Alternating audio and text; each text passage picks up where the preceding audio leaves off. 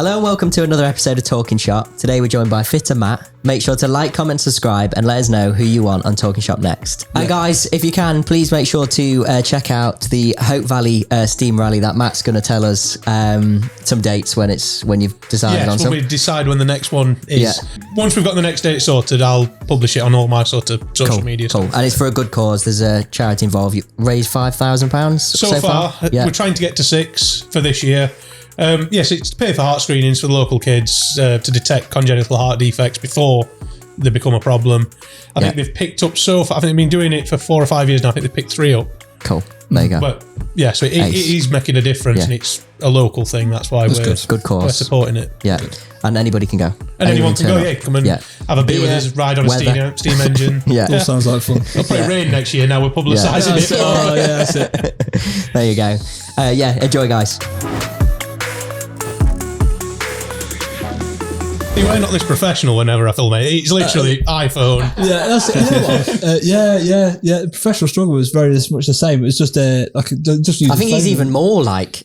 Yeah, but that's what people like. Yeah, 100%. Yeah, it's the more I've sort of fell off the YouTube a bit now. Yeah. I keep falling out with it. It's just so much effort. Yeah, and then you'll the thing that annoys me with YouTube, you'll put loads of effort into a video, and it'll do crap. Yeah. And then you'll throw one together that you literally just done because you felt like you need to put something out that week. 200,000 views. Yeah. You're like, what's the point? Yeah. People's concentration spans, we've talked about this before, haven't we? Sometimes the shorter, less structured videos, I guess. Yeah. They do better because people can just sit and watch them and on to the next, and that's how it works. And no one seems to like it when I try and do anything properly. That's not what I'm good at. When I'm bodging stuff together and I've got engines running off cans hung off the windscreen and a throttle cable with a bit of string. It's like, that's what people want to see. That's kind of what I'm good at. That's it. No, I like the more casual videos you do. Like, rate then. Rate then. That is brilliant. This absolute tit. Some tit, isn't it? Because I'm not the mechanic you want. If you want 20 trucks servicing, I'm not the guy. No. I lose interest within 5 minutes. I'll do the first one. I'll make a really good job. I'll look at the second one. I'm going for a butty. Yeah. Can't be arsed with that. That's my sort of attitude. Yeah. Call me at 11 o'clock at night. Yeah. This is broke down. We can't get the bits. What can you do something? Like, this is a bit of me. Yeah, let's have it. I've got to budget together. Yeah. Don't have to last. It just has to get something home. Yeah. I went out to one. It was a mate of mine. He's my MOT man, so I've got to keep him happy because I've got Land Rovers. I need a friendly MOT man. Rings me up. I've sold my wagon. It's broke down. He goes, can you go and have a look? I'm sat on toilet. I've been out to, but I can't move. Like, I'm ill. Like, right, go on then. So I get out to it. First thing, it were a fuel problem. It was starting, coughing, dying. Like, I can rig something up here. First thing, cab won't tip. No oil in cab tilt. And we're on my way out. So I'm in my Land Rover just with a box of tools in it back thinking, it's a fuel problem. I'll bodge it. So I've got no oil with me or anything for it. Oh, fuck's sake, what do I do here? It's got an IAB.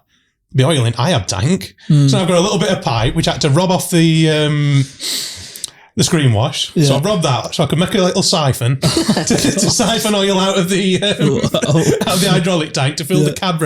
So I could tilt the cab and then bodged it up with a bit of fuel line and got it going sort of thing. And then lad wouldn't drive it anyway because I'm not driving that way. I can just... There's where the stack pipe had blocked. Right. But because we're a beaver tail wagon someone had built, they put the body on and then made no way to get... So the only way to get the stack pipe was to drop the fuel tank. Yeah. Lad had just bought it. He filled the thing up as first thing he did. Well, I'm not dropping that side of the road. I've got somewhere to be. So, rig it up but he weren't happy. But it was running, so I've done my bit. Yeah. It's his problem now. Yeah. But that's my sort of thing. I like bodging. Yeah. It was, I guess we're in a world where I think we're in such a throwaway, that doesn't work, throw it in the bin, put it away. Put a new part on it. That's it, throw 300 quid at that. Well, I think there should be more of that, actually, is make do with what you've got, make it better. Is that the farmer in you as well? It's the farmer and growing up poor. Yeah. If we've broke it, well, we've got to fix it. If you bend it, you mend it. Yeah. And it's where, because I'm not a mechanic, technically I'm not a mechanic, I've never done any training. My dad was a mechanic. That's interesting. And then I've grown up with, I want that car, but I can't really afford to, if that goes right, but I want it. Yeah. So I'll buy it, and then it's like, Dad. And I've just sort of learned from it, mainly Land Rovers. Yeah. and there is this joke that buying a Land Rover turns you into a mechanic. It really does. Yeah. There's nothing on them you can't sort, especially the older ones. And then once you've done that, it's like you look at your other car, you're like, it can't be that much harder. And it's all, and then working on farms, especially the sort of farms where I am, the smaller farms. So they can't afford to get, I think John Deere down 95 quid an hour to get someone out. Yeah, I know. Yeah. You just can't, No. when it's something mechanical, you can't afford to do it. No. The margins in farming are that small, it's horrible. Supermarkets are killing, and that's a rant for a different podcast. Well, you only have to watch Clarkson's farm to realise that all this rubbish about, farmers got loads of money. Well, obviously not. They've got assets. Don't get me wrong, a lot of them, they've got a lot of money assets. Asset rich, but not cash poor. Yeah. And the worst thing for a farm, like the bit where is if you have to sell a piece of land to pay for something, it's like you've betrayed your family. You've betrayed your family, and that's how they feel. It's like, I'm the generation that's had to start selling bits of the farm. We've owned it for years and years. Yeah, we've owned this for 10 generations, and I'm the generation that sold a field to pay a bill on a tractor. But it's not your fault. It's not your fault. No. It's the economy, I hate saying the cost of living crisis because that's a load of bollocks. Yeah. Well, if you haven't got the money, work harder. Yeah. But that's where it's all come from. It's they can't afford. So if you're a tractor driver, you learn how to fix your kit. Yeah. You've got to be able to do it. You're generally on a farm, if you're a full-time tractor, you're responsible for your tractor, the kit you're using, you service it, you look after it. And the modder stuff, I think in America, they've just had a big court case with this right to repair thing against, I think it's mainly John Deere, that were locking kit. You guys will find it with all about it. Yeah, literally locking the consumer out of being able to fix stuff. Trotwell, Iveco, the gateway things. Yeah. It's bloody stupid. Yeah. Well, JCB, right? I've got quite a few customers at JCB are reporting that they're not able to communicate with some of their telehandlers, a lot of them, with diagnostics. And I don't know whether or not it's JCB that haven't fitted a certain ECU because they couldn't get them, which sounds a bit like JCB at the minute, doesn't it? Sounds like they forgot to plug it in with JCB. Or they're doing it on purpose, so you can't diagnose. You couldn't force a regen, you couldn't find a fault, you couldn't clear the fault, you couldn't reset the service light without a JCB intervention, really, and getting them to come out and do it for you. So I'm getting customers, plant hire companies, etc., running kit and not able to communicate because they don't have, I think it's this, so JCB are now selling like a plastic box with an ECU in it with a wiring loom. And then you plug that in, and then all of a sudden you can communicate with that. Yeah, basically. So it's like they're not fitting them with a particular. So are they doing that on purpose, or or is it just another British company that are getting 95% done on a machine and then just going? That is I want to love JCB. Yeah. They're a British company. Yeah, of course we do. They have some cracking ideas, like the fast track, like hybrid between. The only people who've ever done that were Unimog. Yeah. So, but obviously the fast track's a bit more agriculture based than the Unimog. Yeah. I want to love it. I had one. I bought one for myself. I love that tractor. But JCB, they get 95, like you said, they get 95% of the way there. And then you go, we're done. It's daft things like the new fast track. You get on it, it's brilliant. Drives wonderful. There's two major flaws of it. So I think it's a Sisu engine in it. Good engine, reliable, proven. And then they decided on a gearbox, decided they were going to go Vario. So like variable speed. So you can basically put any amount of revs into it and control your speed. You just pull a joystick backwards and forwards. Best people for a Vario gearbox on the market is Fendt. They built it. They were the first to ever put it in a tractor. They revolutionized it. It is the best gearbox you can get in a Vario. So the JCB bought that. Brilliant. And then JCB went, we can make that better if we put our control system on it. No, you can't. Yeah. This isn't what you do. Fendt have spent the last 20 years building that gearbox and control system. Right. Why are you going to put an ECU of your own? And then they tried to put power shifts in it. So you could step up a bunch. Why? You push the stick forward, it goes. It doesn't need power shift. They tried to make it a Vario gearbox like a manual. Oh, I see. So you could downshift or whatever if you need to. Yeah. Why? If it ain't fixed, don't break it. Don't fix it. Yeah, but if it ain't broken, don't fix it. Don't fix it. If it ain't fixed, don't break it. There you go. Yes, that's long week. solution. Long week. If it ain't fixed, don't break it. We're going to put it on the wall, I think. Brilliant. If it ain't fixed, don't break it. That's me. There you go. But they had a manual gearbox in the previous generation that was really good. Yeah. It's like someone just put that in as an option. If someone wants a manual, they buy that one. If they want but no, they had to. And then the other daft thing, there's no cup holders in them. Oh no, that's a and game it sounds a stupid thing. But where are you spending most of your time? average in harvest, you'll spend 14 to 18 hours in that tractor. Yeah. And you'll not get out. You'll get in at the start of the day. You'll stand on top of the cab for a piss. Yeah. And that's about it. You won't get out of it. Yeah, Louis does like in his car too. But yeah, you want somewhere to put. You don't want to sit there holding your can of rep. No. It's just little things like that. Yeah, sure. And if you had the aircon running flat out on him, it used to freeze the condenser pipes. Wow. And the aircon had stopped working until you turned it off for an hour for it all to melt and then it'd work again. Like, you're running this thing in 30-degree heat with a baler running. The engine's running absolutely flat to them. It's a hot place to be. You're in a greenhouse in a field. Yeah. And the aircon starts backing up. Yeah. It's like, what's your favourite tractor? See, I like the older stuff. Okay. Again, pre-AdBlue. Yeah. I like the stuff where ECUs are just starting to come in. Yeah. So you get the benefits of that. Yeah. But they're not so complicated that I can't chop wires out and cross stuff over and make it work. So it's hard. Yeah. Like the John Deere 69 and 6930s, 7530s, they were brilliant. Okay. They were that just, the equivalent in cars would be like your TD5 Land Rovers, where you got just enough ECU to make it more comfortable, more tunable, but it's not so much that like CAN bus does my head in. I cannot stand CAN bus. I don't see why we need it. Stuff don't need to, on cars perhaps. Yeah, maybe. But on wagons and tractors, we don't need them that complicated. No. They work fine before it. And one broken wire and it's a... and it can be a broken wire. They're always all white or all yellow. They'll be in a loom that thick. Yeah.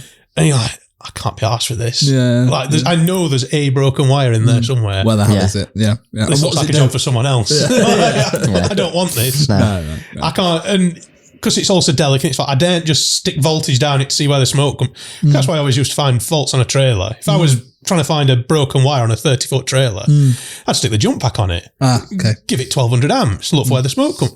I've got to replace it anyway. Yeah. I might as well burn the thing out. I'll see what starts smoking. There's my problem. Yeah. I'll go and fix it. And some people go, that's rough as well. Yeah, but simple. I'm breakdown. I'm working against, I'm on the side of the motorway. So I don't want to be crawling around. That's it. Voltage tested everything. like don't get right in the yard. There's a time and a place. But when you just need to get something going, find the smoke. You soon find the problem fixed. You've got the thing back up and running. Fix it properly. Somewhere safe, not in the middle of a building site or outside it. That's where people die. Yeah, like get in, get done, and get it going.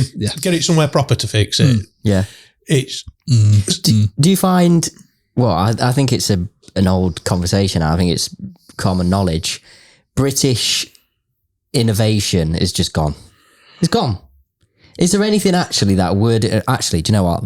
That is great. I know we have JCB doing the whole hydrogen machine. That could be JCB, and then I don't know if you can call them in English, but Case New Holland, CNH. Most of their stuff's done in England. The UK. Weaponry stuff, I think we're quite good at killing people still. Yeah. Like we built an empire on it. Yeah. And we're still doing all right at making stuff that kills everyone. Yeah. We're still one of the biggest arms dealers, aren't we? I think most of the arms deal shipping stuff like that. We have still got quite a bit of industry. It's not, nobody shouts about it. No. And it's all the stuff we are good at is that high level that man on the street doesn't hear about it. Yeah. We still build great ships. Half of like the Southern American would buy the ships from England, like the destroyers, all that sort of thing. And armour.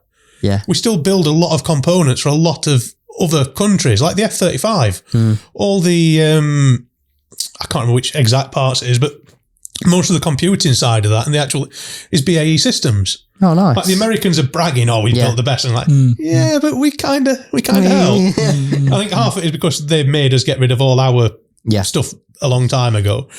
But we're still there. Yeah. It's just not shouted about enough. Yeah. And then the bits that you do see, like JCB, some of the stuff they do is brilliant. Yeah. And the concept, like the telehandlers, if they just get that other 5%, they'd be the best on the market, without a doubt. Like those new Agri Extras are probably one of the nicest to drive. When they're working, they're absolutely brilliant. The Fast Track, when it's working and it's there, they're in a better tractor to do road haulage on. Unimog's close, but you haven't got the visibility in one of those that you've got in a Fast Track. You can't go and plough with a Unimog. Well, you can, but not. You might ruin some crop. It'll do the job. It's just not as good as a Fast Track. But then again, a Fast Track isn't as good as a conventional tractor. But it was a unique idea. No one Oh, sorry. Yeah, Mercedes have done it. They did one called the MB track, which is very similar. Never really took off. JCB nailed it. And if they just keep pushing that and keep innovating, they're doing some brilliant things. The 3CX people are still, no one else has ever come close to a 3CX. Other companies have tried, and some people, you get the odd oddball who'll say, oh, so and so. Like, yeah, but you don't see them. No. Like 3CX is just, it's the horrible I hate driving them. But there's no other machine that you can put on a site that'll do, it's a bit like me, it's a jack of all trades, do a bit of everything. Yeah. And there's no other machine can touch it for that. No. It's innovations like that they need to keep. Yeah. And they are good at it. I think they do a skid steer 3CX now. There's like a little bucket on the front, a little back actor. And for a small site that can't afford to have 4 different machines, it's brilliant. Yeah. And all your one-man bands, that sort of thing. But other than that, I think, we are sort of... So you think it's more the fact that we're not shouting about the stuff that we are still really good at? We're not making anything for the man on the street anymore. Right. It used to be like hand tools. Yeah. All the best hand tools were British. Yeah. King Dick, try to think who else. Stanley. I think they are the biggest tool manufacturer in the world now. A British company. Yeah. I think they started in Sheffield. Files and chisels, any tools like that, we're always, you want Sheffield steel, this, that and the other. We don't make any like. So your man on the street, he doesn't buy British a Stanley products. plane anymore. Yeah. He'll buy, using an Eclipse one or a, do you know what I mean? It's all Chinese. Yeah. Or Spanish in our case. Spanish, yeah. Which is now majority German, actually, but it's Spanish made. Yeah. But all this stuff that your man on the street actually uses and does isn't British anymore. The stuff above us probably is. But yeah, I think that's where the we're stuff losing we're using day in, day out the is stuff not. you see. Yeah. Your car. Is there a British car manufacturer anymore? Well, JAG's Indian now, isn't it? JAG's Indian. JLR is Indian. Even Grenadier, that Rolls-Royce is BMW. Aston Martin, Bentley is VAG. Aston Martin, yeah, I suppose. Aston Martin is owned by a Canadian conglomerate. German running because they still make. With German running stuff, but it's still I might be wrong. built Britain, yeah. They make their money out of gearboxes. Because it's Merritt Brown. Because Aston Martin with David Brown. Right.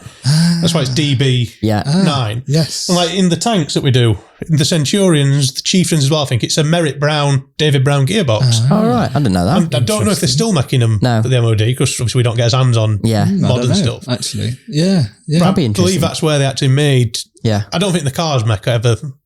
Yeah, they're expensive, but I don't think they make a great amount of money profit. for it. No. I'm sure it'd be the gearbox, that sort of side. Because I think, most of their, like the Vantage and stuff, that's all Mercedes running gear, isn't it? In them gearboxes, engines and stuff. Yeah, they're a kit car. Right?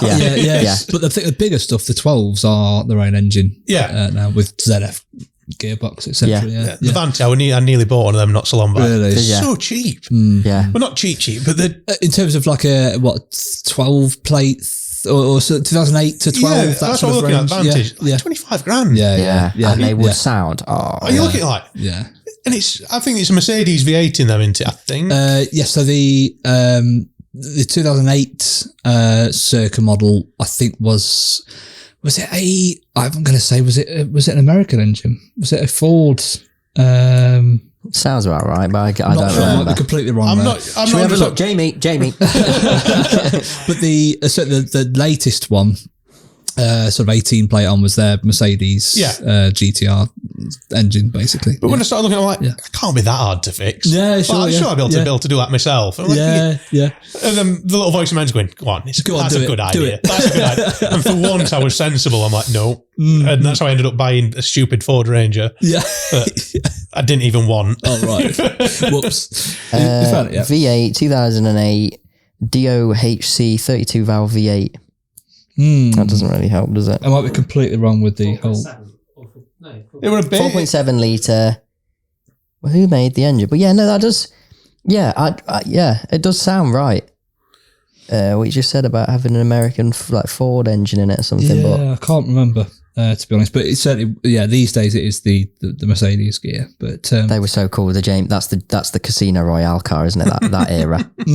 Yeah. That was a cool so one. You can buy them fairly cheap, but if they go wrong, you unless you can fix it yourself and make do. It can't be that. But that's my attitude on everything. How hard can it be? Famous last words. Yeah, it's already broken. I can't make it much worse. I'll have a go.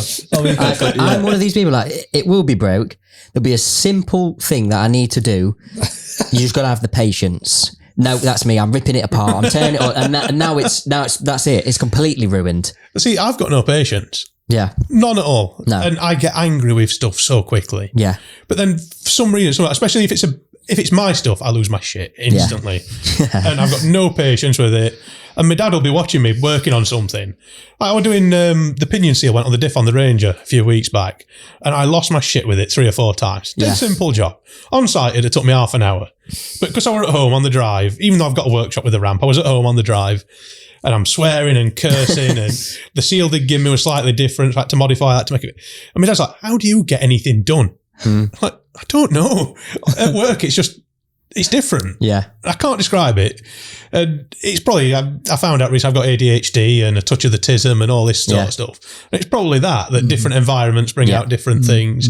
I'm more caffeinated when I'm at work. More Red Bull. More Red Bull, which apparently is a ADHD thing. Oh, what? The craving for Red Bull? Well, it's not even a craving. It's it calms you down. Yeah. So caffeine, if you have ADHD, caffeine 99% of the time has the complete opposite effect. Yeah. It's like the treatment for ADHD is amphetamines. Oh, right. It levels you out for some reason. I see. Yeah. there is something, I don't know if it's an American drug. There isn't a drug that you take for ADHD. I can't remember what it's called Ritalin. now. Yes. Yeah. Which over here, it's the same thing, like a slightly different name, or whoever's selling it to the NHS will have a different brand name for it. But it's, and once you get your head around that, stuff starts making sense. Like, I'll drink 3 or 4 cans of Red Bull in a day, and people are like, aren't you bouncing off the roof? Like, no. I'm calmer than I would be. Yeah. You've probably built a bit of an immune to it. Tolerance. Tolerance, yeah. But it's like, I watched that. Have you seen that American? He does things like that. TWC Mechanical, the great big fat bloke with the massive beard. No. He just breaks snap-on stuff for fun. He's a huge bloke. Really? And you'll see him and he's got the big cans of Red Bull. Yeah. Oh, right. And he'll just look at a job and you'll see him just shotgun it. And it's like, oh. I don't think you could get a big can of Red Bull. I thought it was all 300 If it's mil. No, they do like a pint can. And he's super size everything, don't they? You're like, you're a big, like, your poor heart. Yeah. You're working. But when he gets home, like, you can feel his heart pumping. Yeah. And you just watch like, oh. But you should watch it. He's brilliant. Yeah. He's another one. He's very much a field mechanic. Yeah. Doing his video. Like, so he was like, I've just fallen out with the site manager. Turns out you can't use because obviously they have cranes on there. So it's like, turns out you can't hang yourself off the crane to get to the top of an engine bay. It's against site safety. And he's like, fucking pussies. Love that. Oh, I love it. Because he's got it right. The health and safety on site now, it's gone OTT. It got to a point. So there was a while back. I used to do a lot of work for a chap who had a fleet of New Holland tractors. He got a load of them on HS2, pulling water bowsers, that sort of thing. And they had an issue with them. The O-ring kept going in one of the return pipes. Literally just a 12p O-ring was failing in the return pipe for the hydraulics, but it was under the cab. I worked out you could get to, if you took one of the back wheels off, you could just get your hand in, get this pipe.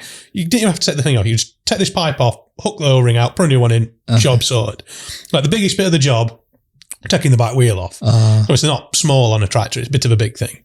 So I'd done one in the yard, like, right, I know how to do this now. I can go on site and just get all of these done. It'll take me a day to do all of them. I think there were 11 or 12. So rocks up to site. First thing, have to do a RAMS, like risk assessment method statement. I've done like, these. Fair enough. You don't know me. You don't know. Yeah. You want to know how I'm going to do the job so you can work out where's safe for me to do it this time. Like, that's fair enough. So I wrote it out like, I'm going to jack it up, take the wheel off, fix this pipe. I'll use a spill kit. I thought, mention spill kit. I don't like that. I have tinter marks. I like that. Put wheel back on, job done, on to the next. So they're coming like, how are you going to lift it? Like, I'm going to jack it. Where's your jack?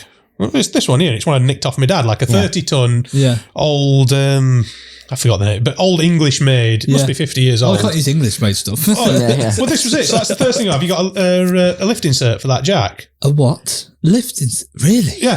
Have you had it tested? Right. No, but it's 50 years old and it's never failed.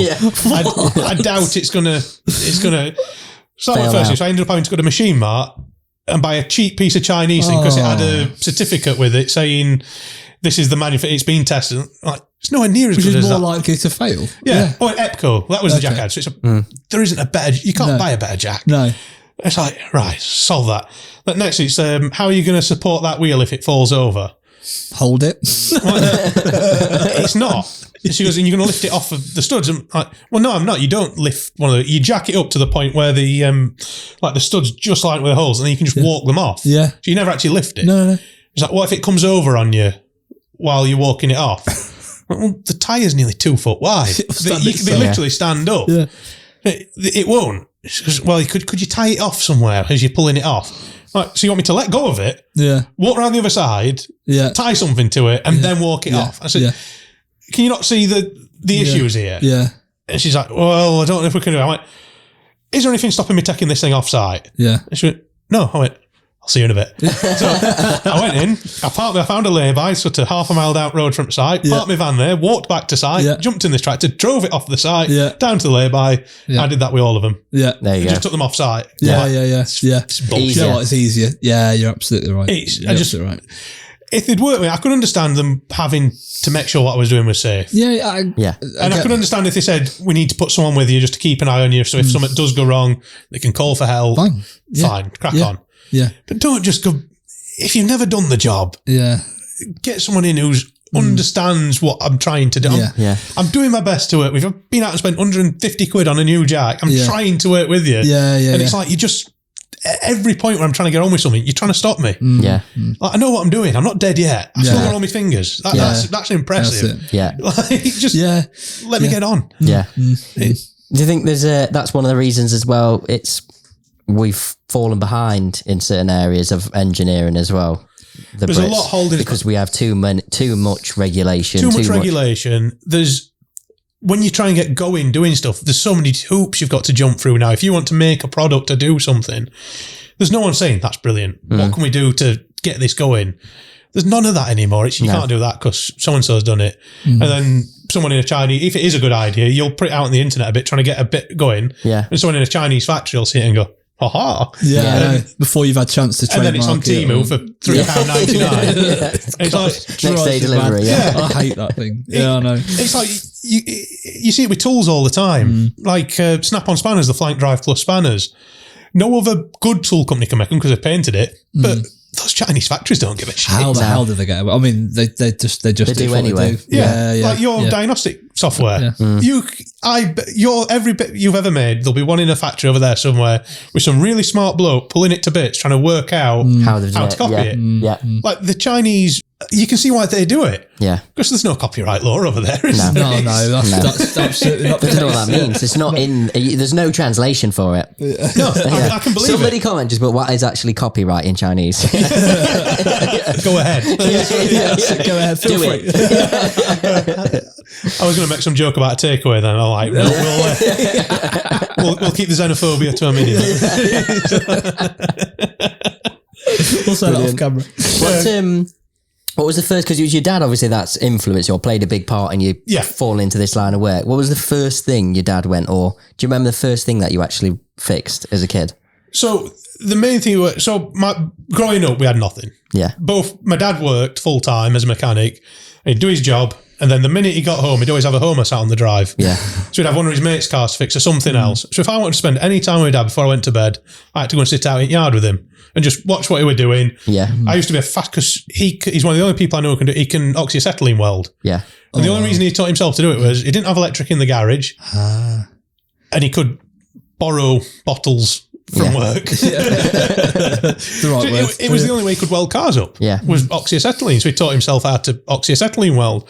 And I used to get fascinated just sat watching him welding with oxyacetylene. Like, why is that not on fire? Like, I've been wearing your goggles. I'm sure you've seen all my videos. Very good at safety conscious. Very good at the safety squints. It's Yeah, I'm just watching, I've just been watching Fireman Sam. Yeah. That thing should be in flames. It's not. My dad's Superman. He's just... But other than that, the thing I used to fix, so my dad and my two uncles, they built me, have you seen those Toylander mini Jeeps? Yeah. They built me one of those. Cool. So first thing my dad told me, because he got bored of it, was like how to swap the batteries over myself. Because he just had car batteries in nick from work. Yeah. And borrowed. Well, this way to teach me how to change them. Because if it ones that they took out of cars, because so they were knackered anyway. Right, yeah. So whenever we went anywhere, I have to take 6 car batteries with us with this thing. Because it'd run for 10 minutes on them. And then we have to swap them over. Couldn't afford to buy a new one. No. Like all the bits to build it, what they'd swiped from wherever they built. Because like my uncle Richard, he worked in a maintenance yard at the local quarry. So I think he took the motor for it off an old conveyor belt or something. Yeah. And my Uncle Martin, he worked on coaches, so he was nicking bits out of their works. Like I said, he died a few not so long back, so I can't incriminate him anymore. But I think they paid for the plans and that was about it. Everything else was begged, stolen, or borrowed. And built me this thing up. So that was where it first came from. And then, just having to fix my own stuff. And then when I went into the sort of farming thing, the farmers realised, he's a bit handy. We'll give him more of the stuff to fix. And then other farmers heard that, because obviously we're all good at the same sort of pubs, it's like, did you do so? Can you come and do that on mine? And it all sort of just took off from there. Yeah. And then where I live, there's 4 of the biggest quarries in the country, all in quite a close area. Okay. So then I started doing a bit on trucks and a bit in the quarries. And that's when I was laid under one of the machines in a puddle, like literally up to my nipples in this puddle, working on this machine, taking a belly plate off, and drivers just sat on track having a drink and just making conversation. Like, so what are you earning? Like, he's like, we're on like 20-something quid an hour. I'm like, get fucked. Like, you're sat in there driving it. I'm under here earning like just over half that. And I'm like, I can drive a digger. That's when I went and got all my plant tickets. I see. And then now I just sort of switching, again, ADHD and touch of the tism. I'll go fitting for a year or two, and then I'll think I'm done with this. I'll go farming again for a summer. I might go and drive a wagon for a year, and I just sort of... That's a bit of variety in your life, though. Like I say, it's like comes back to the servicing thing. Give me the same thing to do every day, and I have no interest. Yeah. I think that's why I've stayed... This outfit I'm subbing for at the minute, because they do a bit of everything. I think that's why I've stayed with them so long. Because one week I'll be driving a digger, and the next week it'll be, can you go and workshop for us for a week and cover for one of the fitters? I'm like, And it's like, driver's off. Can you go on a wagon for a couple of days? And it's like, it's good. That's what you like. I'm swapping and changing. I'm swapping and changing all the time, so I'm happy. I don't know what's coming. I thrive on chaos. It's good. It's good to have that. I think the best thing you can do, and if you do it as early as possible, is figure out what you don't like. So do as many things as you can to figure out what you don't like doing, what you like doing, and what you're good at. Once you figure that out, you're away. It's like I don't like being told what to do. No. Can't stand it. Give me a job to do and just let me do it. Yeah. If you stand over me, tell me how to, I'll walk off. And that's if someone, like even if I'm fixing it, if someone stood watching me, like if you just stood chatting, fine. If you stood watching me and like judging me what I'm doing, I'll just walk off. I haven't got the time for it. If you ask me to do something, I'll stay there till the job's, I'll work at it. You tell me you've got to go and do it. Then that's the least thing. Even if I wanted to do it 10 minutes before, then that little switch just clicks in my brain in like dickhead mode. Like, don't want to do it now. Not going to do that. So it's not uncommon, but that's why this job obviously works so well for you. And that's why I've always stayed self-employed. Because even then when I'm having a bad day, I've got that little thing in the back of my head going, you can go home if you want. And knowing I can means that you're not trapped, I suppose. You've got the freedom of you can do whatever you want to do in a day. Even though I'm not happy right then, I'm like, I can leave. It's not that big a deal. See, get this bit done and see if you still want to leave, and then I'm all right. Whereas if, like when I was on 9 to 5s, well, not 9, I've never been 9 to 5, when I was in like payroll and stuff like that, I'm trapped. No, I get it. I get that. I totally understand that. They've got 3 weeks of my money. Like, I've got to finish this month to get that. I understand. Where did the whole social media thing come into it? What point did you decide, now? Because you don't... Sorry, just making a quick assumption of you. You don't seem the type of bloke who's on TikTok. No. I'm not going to meet you and go, and I think that's he's why, on TikTok. I think that's why it took off. Right. But I was working not far from here, Cloud Hill Quarry. I was in there and COVID hit. I think this is where 99% of people started with TikTok. COVID hit And there was literally 6 of us working in there then. That was all that was allowed in. And we had to drive to his machine. We weren't parking up like in the yard bit and like going in the canteen, having breakfast. And then we had to drive to the machine we were working on that day, get on it and work.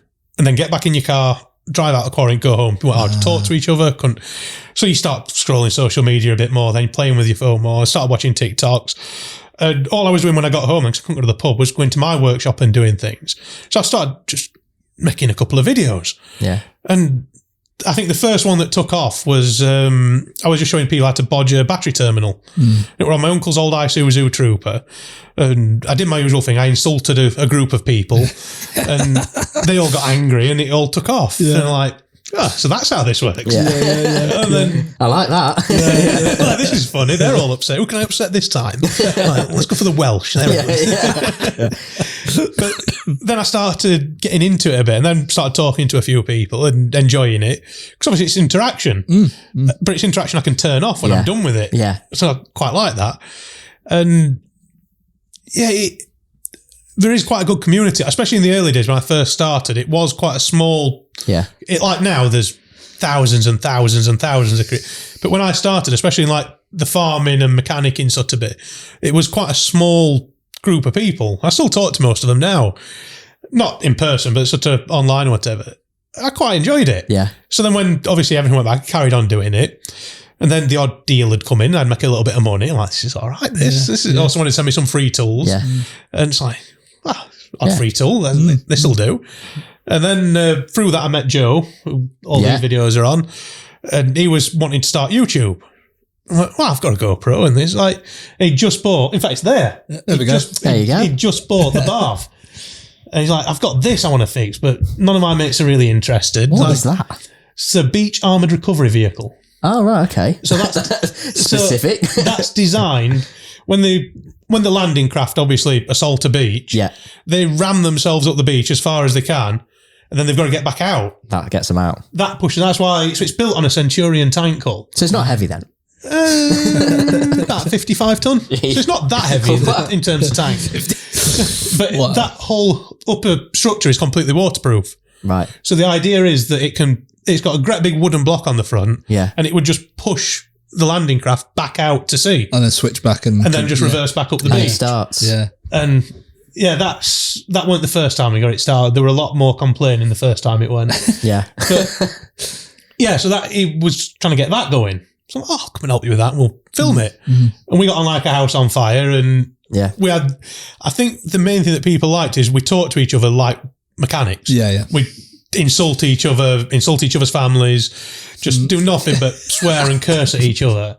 Which people like. And people like it. It's like, oh, she's like being at work. And the thing is, if you're into mechanics, if you're into, or you are a mechanic yourself, let's face it, that's what they're doing in the workshops anyway. Yeah. Do you know what I mean? So there's no political correctness in a workshop at all. No. But and I think people like that we were honest. We weren't filtering it out and we were showing the stuff that went wrong. We were showing the bodgery that we got up to. Yeah. Like the clutch return springs on that, we couldn't get any. We just couldn't find them anywhere. And Jack, he works for Joe, brilliant mechanic, but he'd just been wandering around the farm and he'd noticed Joe's sister's trampoline and took 2 of the springs. I'm like, they're about the right length. And so the clutch return springs on that are trampoline springs. Why have the kids gone through the trampoline? It doesn't matter because the tank drives. Don't ask silly questions. Oh, that's great. But and it all YouTube sort of took off a bit from there. Joe's gone on his own YouTube channel now. He's absolutely killing it, flying. Yeah, he's just got the character for it, and he's got what I haven't got, which is the commitment to sit down and edit. And YouTube, it's all about consistency. Yeah. If you're putting 1 video, 2 videos out a week at the exact same time, that's half the battle. Yeah. And then it helps that he's a really nice bloke. He's funny. He's got great... It's original content as well. It's stuff you don't see. Yeah, no one else is doing it. You know, exactly. Yeah. So you've got to watch it because you want to know about tanks and this. But he's not too nerdy about tanks. Yeah. He's just got it right. He just gives you just enough information that you want, but you don't go into, the ratio on this gearbox is ever so slightly different. It's got 12 teeth in it. Nobody wants to know that. Like you get the odd person in a shed somewhere that wants to know that. Yeah. But they don't matter. No. You want to keep the kids and people who are just your general viewer involved. So you want just that little bit of detail, and then they want to see the tank driving over 3 trees and nearly killing someone. Yeah. That's the bit they That's want. the important bit. Yeah. But I've got literally no interest. I mean, my dad does, but I've got like zero interest in planes, really. But I watched this American guy restore planes, and he did this series where he'd got for free an abandoned aircraft. Yeah. And rats had nested it, birds had destroyed the inside. Like, it was completely gone. I don't think in the end actually got it running, but I was just fascinated. I was watching it every week, these 2-hour long episodes. It's watching someone with passion about something and then got skills that you want to aspire to or acquire. Yeah. Like the big thing I always used to watch on YouTube was something called Roadkill. Yeah. And they've took it off YouTube now and put it behind a paywall. And for a while you could pay it, but then they've made it US only. So I've stopped watching it now. Right. It was the Get a VPN. Is that what what it is, man? I've got one of those and I forgot the login and I'm still paying £70 a year for the thing. Yeah, I've done that a few times for a few different things. I'll remember it. I think I ought to remember how to log into that and start using it. And I'll completely forget about it until next year when £70 disappears out of my account. You're like, You know what the thing is with me? As bad as the AA. I lose so many passwords. I've signed up for all sorts of TV stuff, watching boxing or whatever, and I've signed up for stuff. Then I'll speak to the bank or whatever, and I'll go, "What's this bad?" And they'll go, "Well, we don't know. Yeah. This is what the company is, and it's some payment company or whatever." And I'll go, "The problem is," then they'll go, "You'll have to cancel it your side." But I can't remember what it is that I've subscribed to. So I don't know what it is. Advice here: set it up on your phone. Yeah. And it'll be in your subscriptions in your Apple account. Right. Yeah, that one works. Okay. Yeah. That's not bad. I did the same thing. They moved the subscription thing where it is on your phone every time it updates. Right, so I can't find that. Then I lose my rag and I go on to what I was meant to be doing anyway and forget about it until I pay again. Yeah. They're terrible for it. Yeah. AA are the worst. Yeah. Their business, as the guys on the ground are brilliant. The AA's business model is, it's hateful. Yeah. It winds me up so much, and insurance companies are getting as bad, where they do these auto-renewals. And then you ring up and go, "I've been a member for 12 years. Can you do something about?" "Oh yeah, we'll just do it." Why couldn't you? 800 quid knocked off. Why could you not just do that in the first place? I got to do it with the AA this year. Yeah, and it cost me like 190 quid or something for my membership. I'm like, I've not used you for 6 or 7 years, and it's gone up, and this year I just sort of did the whoosha thing, like just let it go. Yeah, that's it. Deal with it next year. Some companies that don't take the piss with auto renewal, like the NFU, I won't touch anyone else for car insurance now and business insurance because they're just brilliant. Okay. I ring up my local office, I speak to the same person. Whenever there's a problem, I ring them up and just speak to her and she just deals with it. Yeah. And the auto renewal, like the last few years it's gone up, but it's been like 30 quid, 50 quid. It's not worth my time to go spend a day phoning around trying to get the same, everything's you want, like the business insurance, when I had the tractor insurance, we know all where the you vehicles, are with things. Everything's all in one place. Yeah. So I can live with them going up a bit every year. Cost of living goes up every year. I can deal with that. It's when AA double it, 200 quid for the exact same service. Yeah. The one time I did need them, it took them like 6 hours to come out. Like, is this even worth paying? But you need it, yeah. It's not. I've been there, and it's not fun. I was going to say actually, my car insurance, I got the renewal through. I got it sorted anyway because I was like, well, I didn't subscribe to this. I didn't ask for auto renewal. Yeah. So I don't. Thanks. Because there's always that little checkbox that you have to untick it. You don't tick it to say yes, I want to auto. You've got to untick it. Yeah. So. And but I was going to make a joke about how can my car insurance double from like 800 to 1600 or whatever. But I know. I was going to say actually. To be fair, if I was my insurer watching this, I go, I'll tell you why it doubled, pal. I can show you photo evidence if you like. Yeah. Whoops. I'll be quiet now. Yeah.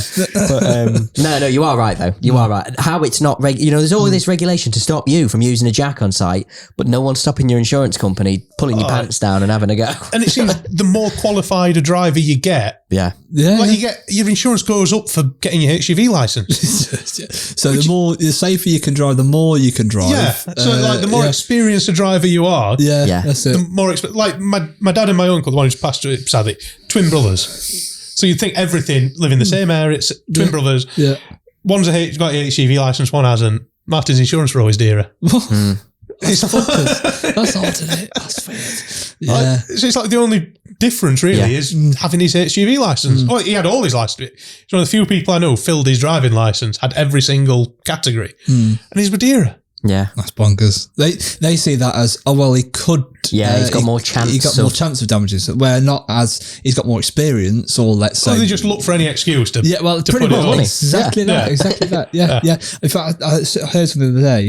If you say you've parked your car in a garage, it's actually more expensive because they know that you're not doing that. yeah, literally. Wait, if you say you're parking your car in a garage, you'll find your insurance is more than that because there's a good chance that you're not parking your car in a garage. Brilliant. So I'll just say parked on the road at night. Genuinely, driveway was the cheapest one. When I played with it, I found parking them on the drive. Yeah. You've got the garage at home. Yeah. And I asked it, because again, this is what the benefit, you don't have to do it yourself. Yeah, yeah. So you just fire thing? Is it like because if it's inside, there's more of a chance? Makes your cows catch on fire, then are they then liable for your... Okay. Because they're liable for the damage your car causes, maybe. Yeah. In fact, I know what video it was now. It's Mark McCann on YouTube. And apparently by parking the tick box saying park your car on the street was the cheapest option to get his car. Because it's away from your house. Yeah, exactly. It must be. It's bonkers. He bought Joe's Hilux. That's on back, Mark. Oh, so the whistling diesel Hilux. Yes. So right, Cody, whistling diesel, he got Joe to go and buy it for him before he got here. Then used it as a run around while he was here. Got about 9 speeding tickets. Yeah. Didn't understand that you had to have insurance in the UK. Yeah. I think Joe ended up leaving it on his just because we went out for dinner with them the first night. It's like the NHS. You just get it over here. In America, it's optional. Yeah. Insurance, you don't have to have, especially in a lot of stuff, you don't have to have it. No way, really? No, it's a completely optional thing. So in some of the states, you don't have to have... You'd have to have MOT, insurance. No. I think they are getting a bit more corporate. I think in most states now you have to have third party. Yeah. But again, if you like it living the backwoods like he does, nobody cares. The coppers don't care. I saw that abuse that Hilux got as well. Oh, yeah, and they were just driving around it. And I'm pretty sure Joe left it on his insurance just to make. But Joe was just getting. Well, after they got back home, Joe was just getting speeding ticket after speeding ticket. Oh no! It's for this guy in America who doesn't really have an address. Yeah, that's it. But if you want the proof, if you watch this YouTube channel, this is him. Oh no! Have you seen that, by the way? No, I've not seen that. That's hilarious. Yeah, I mean, this is that.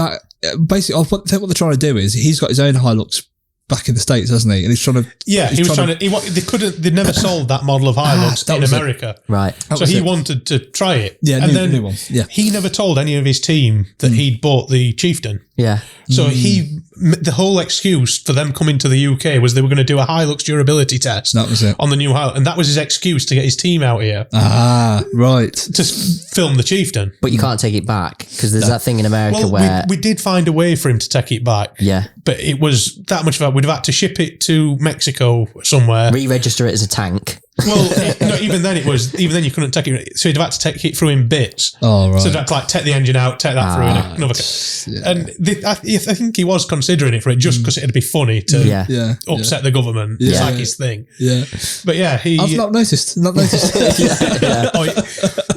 Him and his team are the nicest bunch of people. Yeah. Really. So friendly. Yeah. Like the bit they get, you can see it in that video of mine when the bit that made me realise they were really good guys is, so I went and picked them up from the airport. We had them, loaded them all into the back of that Hilux, drove them out to Joe's, went and got some pizza, drove them out to Joe's. And he, like, beforehand he said, like, I want to surprise the guys that have bought this tank. Yeah. So we get there and he goes, I've got a surprise. Yeah. I've bought this thing. And Joe had the old T-34 under a tarp. Yeah. So he starts pulling the sheet off of this rusty shell of a T-34. I was like, yeah, he's bought a tank. Yeah. Yay. Like, and then I'd like text Joe, like, start the Chieftain. And then you just hear the Chieftain fire up. And obviously it's the big 2-stroke diesel in it. It sounds amazing. And he starts backing it out. And if you watch the excitement on his guy's faces, but they're not excited because they're excited for him. Yeah. Like, you've done it. You've got it. Yeah. And that was what got me like, these are good people. Yeah. Like, they're not just excited because they're going to get to play it. Yeah. They are so excited for their friend that he's done this and got one of his goals. Yeah. And you're like, that's kind of cool. That. Yeah. Like, you don't get that. No. There's so many, when you see these big YouTubers and they just got hangers on and hangers on. And when you see these where they're genuinely excited for the friend, it's like, he's got some good guys around him there. Yeah, that's what that shows in the views of his YouTube channel, to be honest with you. Yeah. Doesn't it? You know. In fact, there you go, that's a good one. Is that Cody? No, that's the Mark V, that one, I think. So did he take that back to States then, obviously? Yeah. That's the one that he took from here over there? So not that one. Yeah. That's the Mark V, I think. Yeah. He had a later one than that. That was the one that was meant to go to Iran. Cool. I think. I'm not sure where that one is now. It's sold. But he took that over there. Adam went out recently to fix it because obviously they've done quite a bit of damage. But the guys he's got working for us so skilled. Like one of them's made it fully remote control. Oh, really? Wow. So he's got a remote control main battle tank. Now that is a toy. That is a toy. It's a toy or a death trap. Yeah. I think it's both. Yeah. That's what we were trying to get through to. Like when they first got it, obviously, and they're jumping around like, you need to cut because this thing will kill you. Yeah. Like everything inside, there's nothing to stop you hurting yourself. Yeah. They're designed to kill people, and it doesn't really matter about the guys inside. They're the cheap bit. Yeah. As horrible as that sounds. Yeah, it's true. It's the They're tank. the fodder. Yeah. And there's no cushioning in there. There's not. Every time I get in and out of one, well, you can see that every time you get in and out of one, you smack your knee on something or smack your head on something. I mean, you've obviously got the airbags, haven't you? So, Like the ISOFIX. yeah. When you drive And the in ADAS system, you've got that calibrated driver assistance. when you drive in one of them or the 432s or the CVRTs, they're designed to knock your teeth out. Yeah. If you're set up sort of like, because they're designed that you lay down in them. So you like lay back and you look up through a periscope to sort of see where you're going to give the hull the slim profile. I find that so bizarre. You see like a rocket coming towards you when you're laid down. You're laid down. But then obviously when you sit up to drive and with the hatches open, your teeth line up perfectly with 4 inches of armour. And you can't put your hands out to stop yourself because your hands are on the tillers to steer. Yeah. So if you put your hands up to grab hold of that, You've Face lost full of control metal. of the... you've lost control of the vehicle. Yeah. And your main way of braking is you pull back on the tillers. And you pull back and you go forward and smash your teeth out. Yeah. And every time I hate driving them. On one hand, I love it because it's fun. But on the other hand, all I'm thinking is, any minute now. Any minute now, I'm going to have a Barnsley smile. It's just, they're all just going. Brilliant. Barnsley smile. Love that. No, they're fun. Yeah. They are good fun, but they're much, and all of us that have done it or say it, it's much more fun to ride in the turret. Yeah. Like driving them's the horrible bit. Yeah. Yeah. It's rise riding up in the turret where you can sort of have a look around, have a bit of a play with the gun and stuff. That's fun. But You're always like, chug, chug, chug, chug, chug. because half of them are live as well. So you're thinking, I could just make something to go Get in. some ammunition in there, yeah. What if? Yeah. It would be fun. Yeah. What do you find your viewers are like? Are they a positive audience? Do you ever get anything that you look at and sort of... Mine's 50-50, but I think a lot of them have realised I'll just give it them straight back. Yeah. Okay. If someone rips me a new one on there, I'll just give it them straight back. Yeah, that's Yeah. good. Like, go on and do it better. Yeah. I'm from Yorkshire, son. Let's have it. You're not going to offend me. No. You've made a right body like, well, yeah, but it got home. Yeah. It's- Yeah, but I think lead on to that. How do you deal with that? Obviously, that is just a case of just giving it back and just give it them back or just ignore it. It's- Yeah. I see all these people, you see people getting upset with it and making video replies, but it's like, I got the time. Yeah. I just couldn't give less of a crap about them. I tell you what though, so a video reply, if you ever get like people commenting on some of your botch jobs, a video reply for TikTok, they do so well though, don't they? I get banned every time I do it. Well, I was just about to say, have you had that? Because obviously your content sometimes you can be a bit brutal. I've had 2 or 3 muted, but 9 times out of 10 it's been for showing a gun or something. Yeah. Right. Like no one's ever picked up on me for any, because I dance on the Welsh. I really do. I had an Irish bloke telling me I was a racist. Yeah. So I made him a video explaining how it can't be racism with the same race. Yeah. It's xenophobic. Yeah. But it's not racism. I saw this. Yeah. And, and that got done for hate speech and bullying or something. Like, I wasn't. I was literally reading dictionary descriptions out to a moron. Yeah. Like, and a lot of the Irish got very offended because I was rewiring I won't mention the name of the brand, an Irish built trailer. And yes, it was one of the cheaper end of the trailer, but the wiring on it was atrocious. I've seen first year apprentices do better wiring. It was those, I think they call them ASOC blocks, where it's like a plastic block with 2 little teeth and then you literally push the wiring into it, pierces the sheath in. But even those had like been put in half-assed and they weren't properly crimped up. So I ripped it a new one. I made a video of it and absolutely tore it a new one. Like this is, because some of the best trailers in the world are Irish. Like I think Hog Engineering, stuff like that. Some of the best trailers you can buy.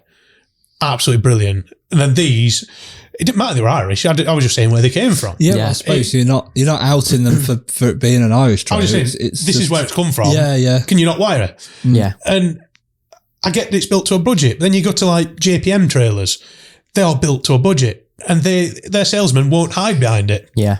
Like if you want a trailer to use every day and put a 20-ton digger on and off 10 times a day, you don't want one of their trailers. Yeah.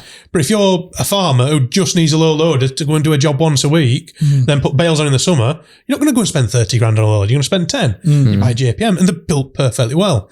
This thing, someone who'd wired it up, and we had that place, I think they had 8 or 9 of them. They were all the same. They just didn't give a shit. Yeah. And that offends me. Yeah. It's like, I couldn't do that job, so I don't do it. Yeah. Like, I couldn't sit in a factory all day and build those looms and put them in, so I don't do it. Because I'd do the same. I'd make a bad job of it. That's why I don't do it. But then fixing it, I think I got, because this chap worked with one of their design engineers. He used to get prototypes and stuff sent out. I rinsed him a new one in the yard as well. I'd laid the loom out on the floor. Like, why has that come like that? Oh, well, it's up to me. Well, no, it's not. It's a brand new trailer. Half the connections are bad. And I've wired it up properly using half of the wiring and made it serviceable. I'd put like the junction boxes in where you can take the plugs out and put new plugs on, and sort of made it a serviceable bit of kit. Like, why can't you just do it like that? And it's because it takes longer on the production. Like, I understand why, but just do it. If you're doing it the cheap way, Just do it right. Do it right. Yeah. Like, you're selling a brand new trailer with half the lights not working after it's been out once, and then having to go at someone because they've called you out on it. Yeah. It's not on. No. Stand by your work. But other than that, I get the usual idiot. I wouldn't employ him. I don't want to work for you. Thanks. I wouldn't have him work on my truck. Yeah. Feelings mutual. Good. Probably if I turned up at midnight and you were in a hedge, you'd be quite pleased to see me. Yeah. But I had a run-in with the Catholic priest. Yeah. I've not got any time for organised religion. No. Like, you believe in who you want to believe in. If that makes you happy, brilliant. Yeah. But all these organised religion, taking old ladies' houses and the wills and stuff, no time for them. And I'd made a joke about Catholic priests and choir boys, and you know where you know where that the typical joke. The typical joke. I compared, this machine's more fucked than a Catholic choir boy after hours or something. And Brilliant. This priest, that's the trailer. And this priest messaged me, and he was very serious. He wrote me quite a long essay. You shouldn't be doing this. You're bringing our organisation brings peace to millions, and we help people out at the worst, and you're bringing us into disrepute. I'm like, no, mate, I think you touching kids is what's bringing you into disrepute. Oh my God. Like, you've done this to yourselves. Yeah. Like, it's no secret, is it? Yeah. And should have just given him a spade and say, start digging. I don't want to turn my back on him. That's the trouble. Yeah. But yeah, so they didn't like it. You don't say. Yeah, I don't think I'm welcome in church anymore. No. I think you've done getting married in a registry office. But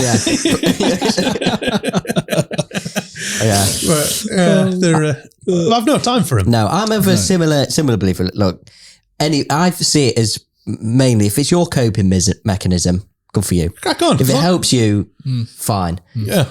The one thing that, like, you look at all the wars, just everything is always religious indifference. Yeah. Religion and politics. Religion and politics are like your penis. Yeah. If you want to play with it, keep it to yourself, make yourself happy. Don't shove it down someone else's throat. That's Here we go. He's warmed up now. But that's it. Did you like how when you said, religious and politics are like your penis? I went, yeah. I knew exactly where you're going with it. I didn't. Brilliant. But it is, just keep it to yourself. Yeah. If it makes you happy, brilliant. Yeah. It's the big things people fall out over. Like, you fall out with your friends over politics. And it's like, we've got rules now, like in our friend group. Don't talk about politics in the pub, because that always ends badly. Don't talk about money. Yeah. And it's my thing with friends. I don't charge my friends for work. No. If they're that good a friend that I give them a discount, I'll do it for free. And then you can't fall out over it. No. It's like one of my mates locally, he owns a local butcher's.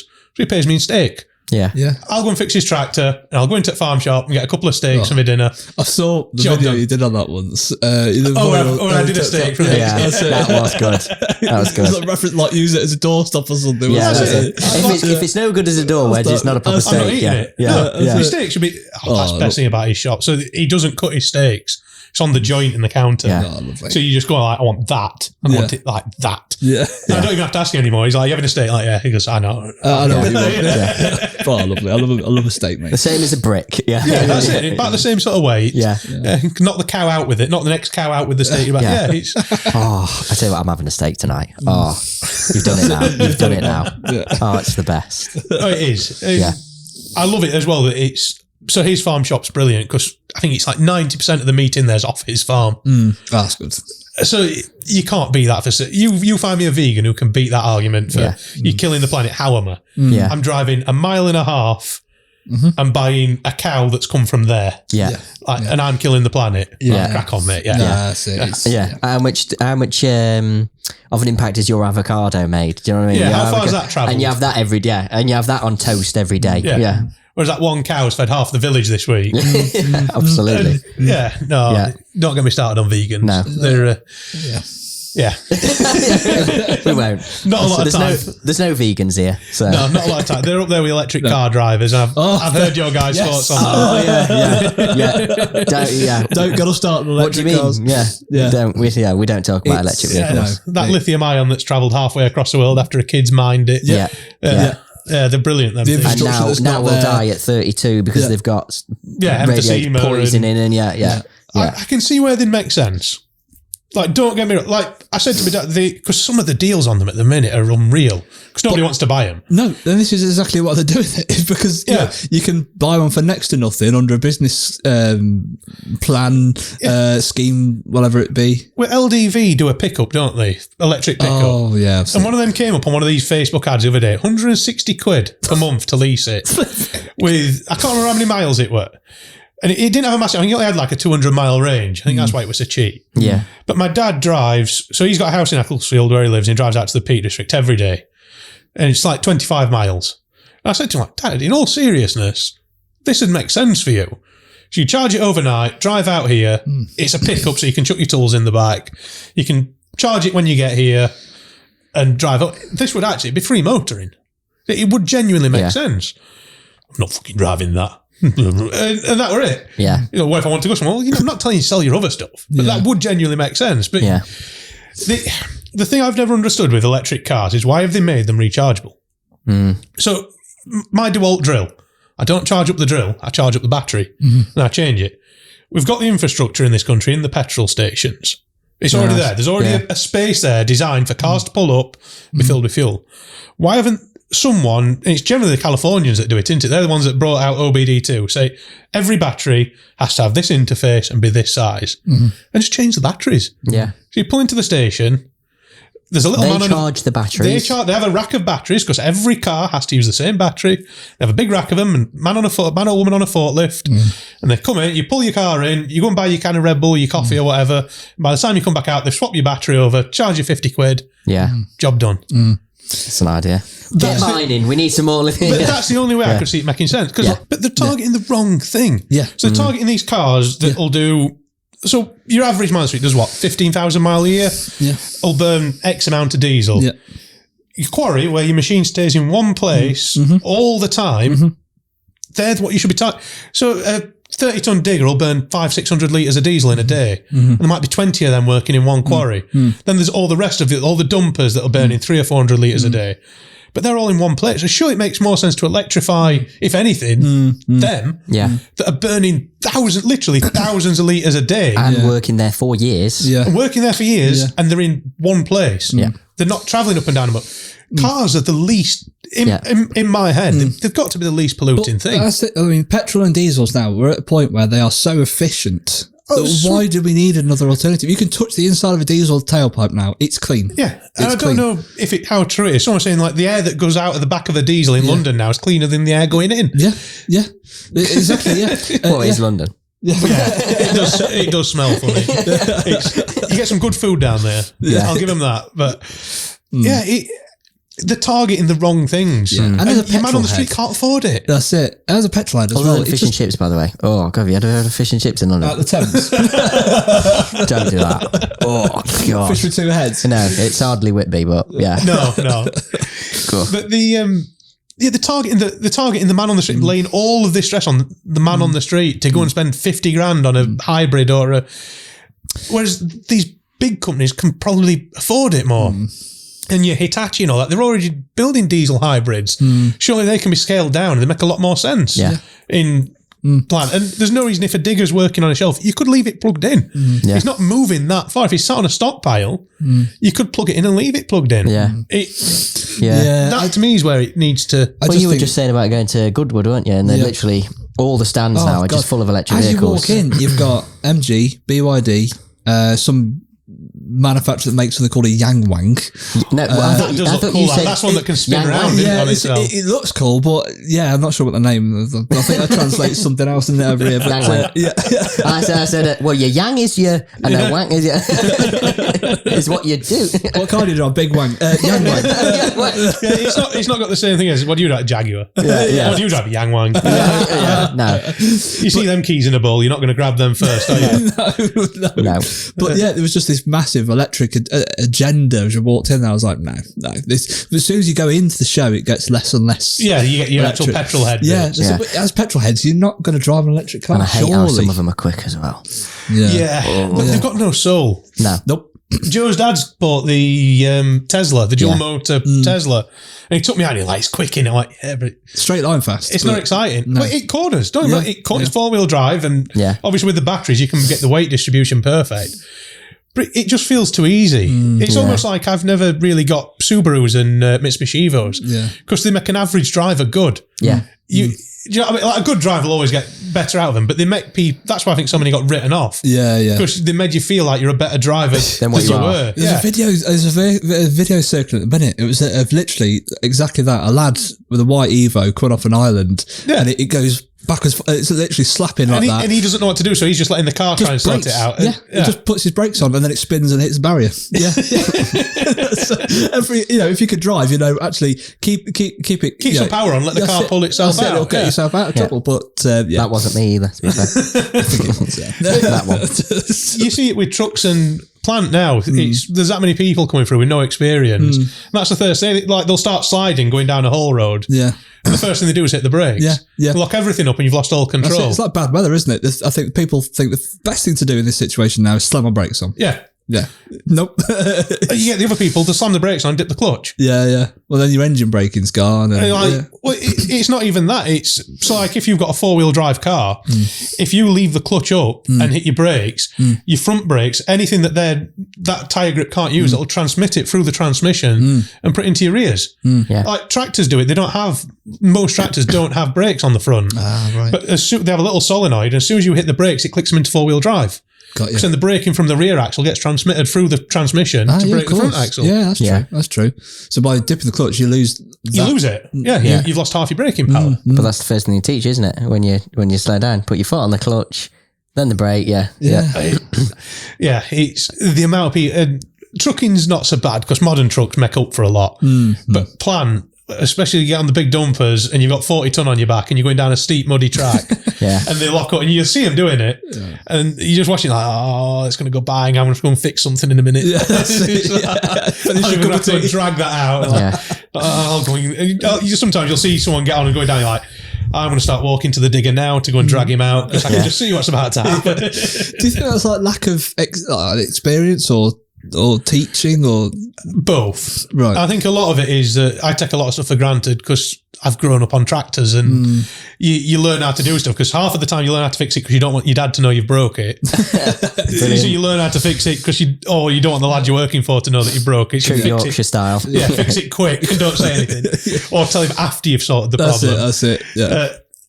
And in farming you learn, because a lot of the time you're working with a tractor that's slightly too small for the job because they couldn't afford the bigger one. So you've got like a 12-ton trailer behind a tractor that might weigh 5 or 6 ton and you're trying to tow it down a steep grassy slope. So you learn how to drive or you have an accident. Yeah. And your mates are egging you on because your mate's driven down it before, especially when you're silaging or something.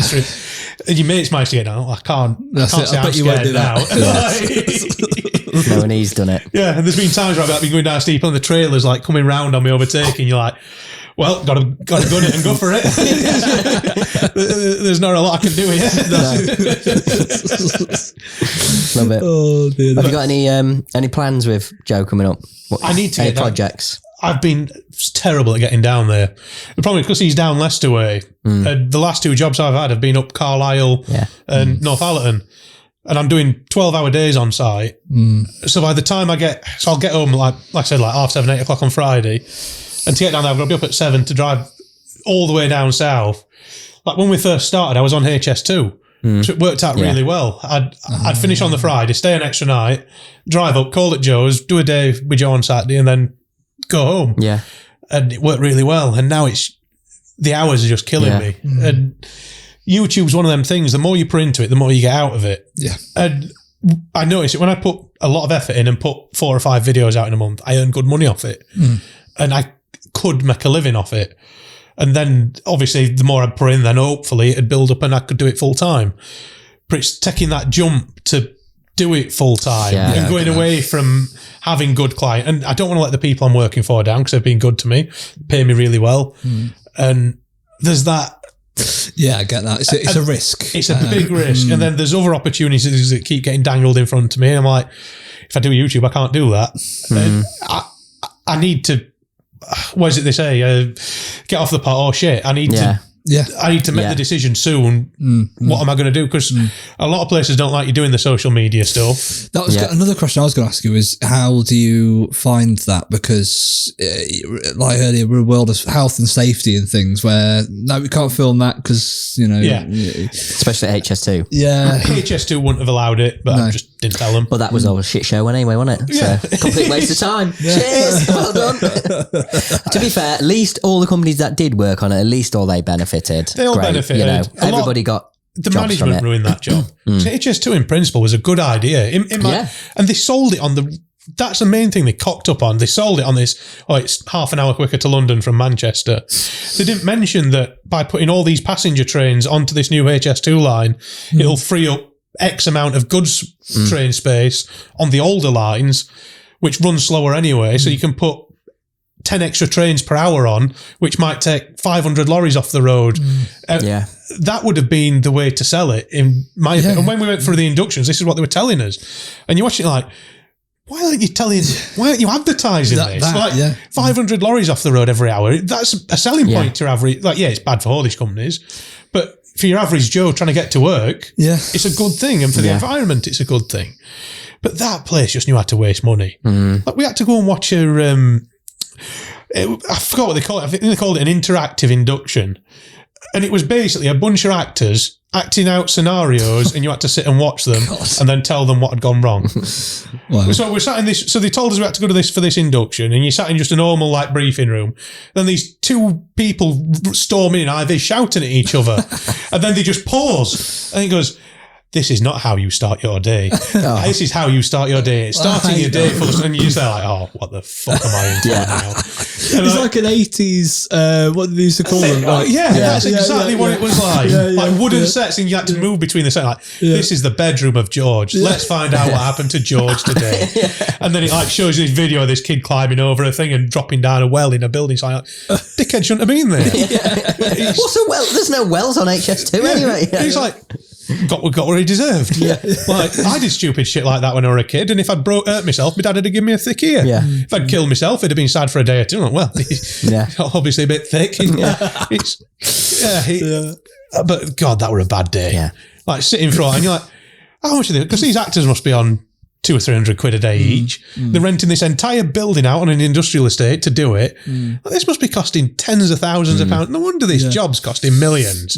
Like you wouldn't have this in, I don't know, Gambia or somewhere where they're building railways. Just get on and build it. And it's embarrassing to say we used to be this country that we invented the railway. We were the first to have it. And now we've got to have an actors in an industrial estate to tell us not to fall down a fucking well. Only for after a certain amount of years for them to turn around and go, actually, we're going to scrap it. We're going to scrap it. Yeah. And we then don't know what we're going to do with all this land we've bought or all this money we spend. We're not quite sure.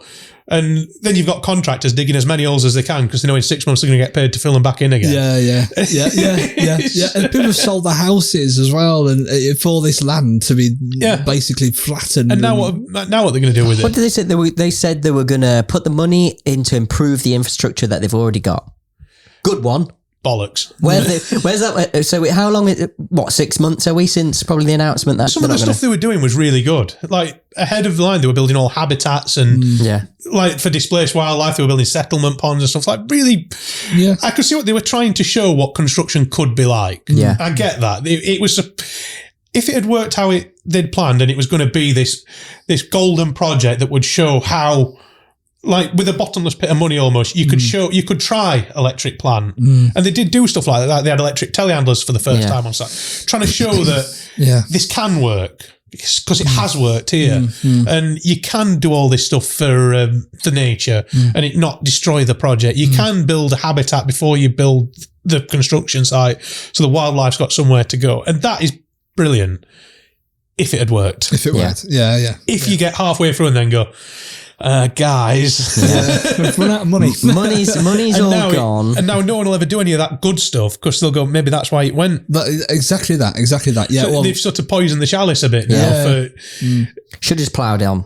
They should have finished it. Yeah, they should have. Once you get that far into something, 100%. There's no going back. You can't get out of it. They should have nationalised it maybe and got rid of the management companies and put. But then the government are a bunch of wet wipes as well. Like, would they have managed it any better? Nah, no chance. Again, you start talking politics, start falling out. I know. But no, you're absolutely. In this case, you're absolutely. You almost need one man in charge. Yeah. And as horrible as that sounds, and people go, he could be bribed. This and I'm like, but sometimes that's the way stuff gets done. The job done. Yeah. It's having committee after committee after committee. That's where stuff goes wrong. And too many people talking, less doing. Yeah, you almost need. That's why a lot of these successful companies that have ridden out all these storms are the ones where there's one man at the top calling the shot. Like Walters. I think they're the biggest Walters plant Group. company. There's one man at the top. Good customer of ours. They've got loads of Jaltest there. They're a cracking company to work for. Absolutely cracking. Got some nice stuff as well. Yeah, but I think they've just got one man at the top. I think he's called I think he were a fitter. But so ultimately, if there's a decision can't be made, rather than batting around a room, they've got someone they can call up. Done. One man, one decision. Yeah. Crouches are another. Good customer. Brilliant outfit. Name drop. But I think there's the two lads that run it, and then if they can't make a decision, it's still Dave's company. He can go, we're doing it this way. That's it. Yeah, exactly. And it just cuts all the bullshit. Yeah. Too many managers, too many decision makers sometimes. Too many chiefs, not enough Indians. That's the phrase I was looking for. And it's so true. And you see it on sites, like the smaller sites where there's one man in charge who makes a decision, stuff just runs smoother. It's all calculated. There's a phrase for everything in Yorkshire, isn't there? Absolutely. It really is. It's because that's all we do is sit in the pub and just think ways to settle. You know what? That's literally how it should be though, isn't it, really? Yeah, I know, We'll say that though, I'm not from Yorkshire anymore. I live in Derbyshire now. Oh, yeah, yes. Yeah. Hope Valley. Yeah. Okay. So, just near Castle. It's perfect. Yeah. I love it. I'll never move. No. I love living there. Yeah. Some beautiful places up that way. It's beautiful, but there's an actual sense of community. That's what I like. Like, if I forget my wallet and go to the pub, they know me well enough to just sort it out when you're next in. It'll be in tomorrow morning. Literally sometimes. Any of the local shops, they all know, I forgot my wallet. I take it, we'll sort it out. Yeah. Where else can you do that now? Like you can't. You can't. All the garages and stuff, we all work together. I call him to one of them a few weeks back. I'd had an airline going on my dad's truck. Just needed a little 8mm push fit. Just wandered in, like, Philip, any chance? Help yourself. And same, they'll message me sometimes like, have you got an aircon machine for this? I'm like, you know where my shed is, go and grab it. Yeah. I'm not there. My dad will get keys. And that's what I like. I love that. That's nice. It's the community. Like, we've just done this steam rally thing, and the community have got behind it so much. And it's so what we've done. It started off really sad. It was a young lad passed away in COVID, one of the young farmers, and they obviously couldn't have a proper funeral or anything. So when it all relaxed a bit, this chap Moose, really great bloke, he pulled together a few. He's like, I'm going to give this lad a send off. So they decided to go around a few local pubs, and they got a couple of steam engines there, some old cars, a couple of tractors, and that's how it started. Second year, it grew a bit. Third year, all the word had sort of spread in the steam engine community that this is fucking good fun, this. Yeah. This is a really good do.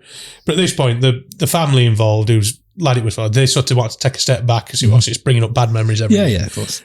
Right, we'll do it for charity. It's raising money. Yeah. We don't really we're enjoying it, and it's raising money. So I think the third year, I think it was 6 or 7 steam engines turned up, which is a lot of full-size steam rallies don't get that. And we're just going around pubs and put trailers on the back so people can ride in them. Yeah. And then this year was the 4th year, and we had 12 steam engines turn up. Wow, double. Plus tractor. Like, this is getting a bit big, this, but everyone, like, at these properties, they're all talking about it, like, because it's from a really scenic, beautiful area. But the community just comes out. They're all outside their houses to watch it come back. Nice. So they're talking about it in the weeks it's coming up, like, oh, it's happening again. Is it happening? Which way are they coming? Are they coming past my house? That's nice. Yeah. All the pubs want us to stop at their pub. Yeah. To have all the engines parked up outside, and it's brilliant. Yeah. And they are the best machines in the world. Yeah. They're my new sort of obsession at the minute. Yeah. Because they're constantly trying to, they're worse than tanks. The crankshaft is there. It's literally in front of your face, spinning around. And it's on like brass bushings. Like some of them have bearings. So if it lets go, that piston's coming through your forehead. Taking your head off. Yeah, you're not going to have to, you'll see it. Like, this is it. Yeah. As you think about it, like even when you're shoveling coal in, there's like the little glass gauge for the water. If you hit that with the shovel, it breaks and you get all the power of the steam out of the boiler and takes your legs off and burns the skin off your legs. And it's like literally everything about them is trying to kill you. Yeah. There's so much fun. Should have used them at HS2. Yeah. Yeah. It'd have been quicker. Well. But so much fun. Yeah. And there's nothing like the smell of a steam engine. It's the greatest thing in the world. Like when you walk out, the bit that gets you walk out of the porch, you got your beer, and you just sat there. We've never had a bad year for the weather. You sat in the sun, you can smell the steam. It's like, this is what it's about. Yeah. Like none of this working all day. This is fun. When you doing the next one? We haven't set a date yet. No. We're still in touch. We're trying to get it. So this next year, we want to set off. So this year, there's one of the main roads has been shut, so it cocked us up a bit. We always try and end in Castleton. So we've got use of a field there that's right under under Mam Tor, the mountain. So you can see all the Winnets Pass behind the engines. Like it looks spectacular. That's where we stayed recently because we did the Hillhead show. Oh, yeah. The Hillhead Machinery show. So we just stayed at Mantor, Castleton. Yeah. Castleton's just underneath. Yeah, I tried to get to Hillhead this year. I didn't get a chance to go. But yeah, so we always try and set off from, so the route's a bit different every year. And we're trying to get it so we can set off from Lady Bower Reservoir. Because that would be amazing, sort of coming down past the reservoir, down the it's valley. a nice road around there. It'd look spectacular with the steam engines. But yeah, so the whole reason we do it now, there's this charity called CRY, it's Cardiac Risk in the Young. So it's where they give kids a ECG basically to check for heart defects. So it's becoming quite a problem, I think, isn't it? This, I forgot what they call it, but basically your heart just stops and you drop and die because nobody's expecting it. Yeah. So they're doing this thing now at our local school where they scan a year group. It costs about $6,000. Okay. Last year we raised 3 and a bit for it. We're coming up now, I think, because you guys have just donated. Thank you, very much appreciated. Welcome. We're just about at 5 now. Nice. So I'm going to have another push on my, so if anyone watches my TikToks, I apologise because I am going to push it again. Because I did one video about it and it didn't even do that well video. It got about 40,000 views and it raised nearly $1,000. That's just off one video. Yeah. That makes you feel good. This is what social media is about. Yeah.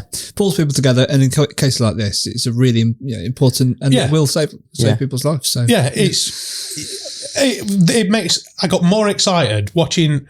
So obviously, end of the month, you'll get your little thing for off TikTok, how much you've earned, same off YouTube, and that's quite. I'd look forward to them because that's like my little bonus. That might treat myself to some tartary. I've been more excited watching that charity total go up these last few weeks. Than I've ever been watching like my totals rally up on any of the stuff on TikTok and YouTube. It's made me think, I'm going to do more of this. It's good fun. Yeah. And it's going to a good cause as well. It's that's it. Make a difference. It's the rest of it I just spend on tools and other things I don't really need. And stuff. Well, we'll link it in there. I think you already said, didn't you, that we're going to link it. That'd be brilliant. Much appreciated. It's but tools are my thing. That's why I waste money on. Like, I don't need any more. No. I've probably got, apart from diagnostics, everything I'll ever need. So you're working on all this old stuff. Are you finding now then that you need diagnostics? Are you finding, I need a kit for that? I do. Yeah. I do need to do it. And because I've gone this long without it, I keep thinking, because half the time I can get around, so onboard diagnostics is quite good on plant. Yeah. Like JCB is quite good for error codes that point you in the right direction. It's only your more complicated stuff where you seem to, wagons are a bastard for it now. Like the older wagons, like your Gen 5, you could get away with your Chinese clone stuff, your Delphi and things like that. But you try Delphi on the modern stuff now and it's just absolutely useless. Yeah. Well, if you're working on a lot of machinery, I mean, literally pretty much every machinery company if you run heavy machinery in the UK, chances are they've got Jaltest. But this chap that I saw before, his main fitter, they've got a Jaltest. And he loves it. Wiring diagrams, component locations, you can force your regens, calibrate and hydraulics, boom position sensors, overload limits, change all your oil flow rates, flow rates. You do it all. Do it all with us. That's what I need. There you go, Jaltest plug. That's what you need. You need a Jaltest. You need a Jaltest from Eclipse. I do. 01283 249 810. It's one of the things I need. Thursdays, $9.99. And Louis also says put 20% towards every order that he gets from this. Yeah, there you go. It is one of the things I'm going to have to bite the bullet soon and we'll look into properly. We'll sort you out. It's Jack offered to lend me his. Yeah. Because he was trying to sell me. Yeah. It's mint. It's so good. And he kept going like, just come and borrow mine off me for a week and you'll see you want one. Yeah. And he's like, as soon as you've got one, then you can get, because I turn work down where I know I'm going to need to plug. I'm like, call this guy. He'll help you. And again, Northern Platte, I've sent people his way because I know I haven't got the kit to do it. And I'm also not that interested in some of the wiring diagrams would be the big one. Yeah. Because modern stuff, especially JCB are bastards for it, like making every wire the same colour and not just printing like codes on them. Yeah. Like, Well, where you get with Jaltest, you get all our block diagrams, you get component locations, you get all your test values, you get your pinout data. But then our technical support, because it's been running for like 20 years now, they've built their own database of wiring diagrams and RMI data and stuff. Give them a ring and go, look, I need the Tiny Talks for this, and but actually I need the pin out for this component here. I want to know where this component is or whatever, and they'll send it all to you. It's like I was working on this RAF job. They did a Sunday shift where they were just pushing dirt out and they had one dozer on, big lever, brand new. I think it got 18 hours on it. Bloke switched it off to go for his break, came back, wouldn't even turn over. Oh, for fuck's sake. And then they ring me up like, can you sort this out? How? Yeah. Like, I've never worked on a Libre in my life. It's got 80, it's brand new. Where'd you start? I've got no wind out. And it's a crank, it was cranky. It's crank no start. It's like, where on earth do you start? Where do I even start? So I checked all the basics, like fuses, all this sort of stuff. Like, well, you ring 01283 249 810, you press option 2 and then option 1, and you get through to Eclipse vehicle support, and they say, this is what you need to do. Plug. I always try and get, so I've got a guy who I know knows John Deere's inside out. When you've been doing it for a while, you get to know different people. Like John Deere's, I'll always phone, I drove wagons for him for a year. Reynolds, up in Preston. Lee Reynolds, there isn't, I think he was a master tech for John Deere till he went out on his own. Then he's gone out on his own and he's a proper old school engineer. Nice. He can run a lathe and a mill. He can put new oilways into a gearbox himself. He's a proper engineer. But John Deere's, I don't know a man who knows him better than him. He was just at the right time where they sort of went from like your 20 and 30 series to the modern R series. So he's done both. He's done like the proper setting up injection pump side, and he also knows the computer side. So if I ever have a John Deere problem, he's the man I ring. Like, I've got this, I can't sort it. Where do I need to start looking? Libre, it's Northern Plant. That man knows Libre better than anyone. It's all about who you know. Yeah, as soon as I rang him and said, it's doing this, it's coming up crank position fault. He's like, we want 3 speed sensors on back at engine block. He's like, the one for hydraulics don't really matter. He says they'll run without that. He says, take that one out and put it in, and swap them over. He says, and it'll get you going for the day. Like, there you go. And did it? It did. There you go. But then the hydraulics were a bit sluggish, and they had an old 936 Libre, that excavator, probably 15 years older than this does. So I'm like, well, Libre make their own, well, they're not their own, I think the MAN engines that they do bits They use too. all sorts, Libre, don't they? But I'm like, they wouldn't put different sensors in every tire. Like they'd try and keep some common. I wonder if it's no, same sensor. Like nicked it out of the digger and went and put it in there. Like everything's working. Like I am the man. Yeah. Like the entire job had stopped. Yeah. Because this dozer wasn't running, and everyone's on Sunday rates. Yeah. So all the wagon drivers are on double time. So it's costing an absolute fortune having this dozer stood. Yeah. So I'm walking away and I'm like, I am the man. Yeah. And like went into office expecting everyone to clap me on back. I'm like, do you get it going? Like, yeah. Cheers. Thanks. Fuck you all.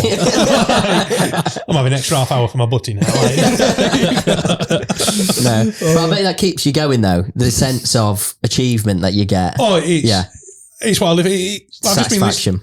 I've just been listening to some of your other podcasts. Yeah. It's like the driver thing, like all these, what you say about modern drivers where they just sit there when stuff breaks down. I don't get it. No. I have a go. Yeah. When I was driving for Reynolds, I had a coolant pipe went on me. So I pulled up into the centre of Birmingham. I was tipping scrap, walking floor work. I was tipping scrap the next morning. So I pulled up in this rough bit of Birmingham, got out of my truck, I was walking to go and get a pizza for my dinner. And I just turned back and looked because they had smart trucks. So you always did think, you turn back and have a look like, I drive that. But turn back, looked at it, I'm like, what's that puddle? Oh, no. Like, I ain't had a piss, what's that? And so I went back and looked at it, I'm like, first thing you normally do when you see a puddle underneath something is lick it. Tells you straight away, you'll cool it. Like, in Birmingham, I'm not tasting that. I looked at it a bit, I'm like, I could smell it. I'm like, it's coolant. I'm like, fuck, here we go. So I start poking around, I got the cab up and I saw this pipe. I'm like, brilliant. It's like 9:30, 10 o'clock at night. I'm fucked. So I rang Dan up, the guy who owns, like, the older brother at Reynolds. Got a problem, mate. Like, split a coolant hose. He's like, shit. And obviously Birmingham to Preston, it's a long way. And Lee, who's in the workshop, there's him and one other lad in there. Yeah. And they're full time. So if they have to come out to me down in Birmingham, it's probably a 3-hour drive. Yeah. Yeah. An hour Full or two day off the fixing road. it. Like, they've lost a day in the workshop then. Like, fuck. Like, so I said to him, is there any way you can get me the part? And he's like, I don't know anyone down there. This, so I was doing a bit of going, I'm like, Scania are only half an hour. And I looked a bit further and I think it's Keltron. I'm like, they're 24 hours. So I rang them all like, have you got this hose in stock? Yeah, we got that. Got coolant in stock? Yeah. I'm like, right. So I rang them, I'm like, right, Scania have got this part. I'm like, give me an hour, I'll see if I can, because I always carried like a Halford's socket set. Yeah. Big shot, that is the best tool set you'll ever buy. But if you're only going to buy one thing, that's the best money you'll ever spend. Those like 200-piece Halford socket sets. I always had one of them in my truck in like a little cantilever toolbox with a few sets of pliers and a few other bits. So I set to and get this hose off, absolutely covered in shit. Phone an Uber up. Well, phone an Uber up, get an Uber. Got an Uber to Scania. And this bloke's just looking at me because I've done a fold-out walking floor. Then I've been scrubbing around on the floor and getting this up. I'm absolutely covered in shit. Oh, no. So this bloke's in Uber's just looking like, what the fuck is this guy up to? Got to Scania, got this part, got back in the Uber, and he pulled the right fix because obviously I had to get like a full wagon's worth of coolant. So I got like 60 litres of coolant with me.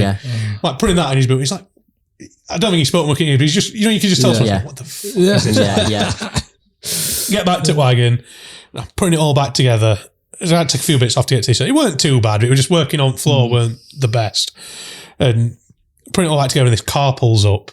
These 4 Asian lads in it. And I saw it because I could like see at the side. And I saw it, I'm like, fuck. Because it weren't a nice bit of like a nice bit. I don't know if it is a nice bit, but it was one of the even nice bit of bird. it was one of the even less nice bits of. It's where they put a scrapyard, so it's not going to be a. So I looked up and I'm like, oh, here we go. Like, this is all I need now. I'm going to get robbed. And they go out there, and one of them walked over, and I've got my breaker bar in my hand. I'm like, I'm taking at least one of you with me. And he goes, you all right, mate?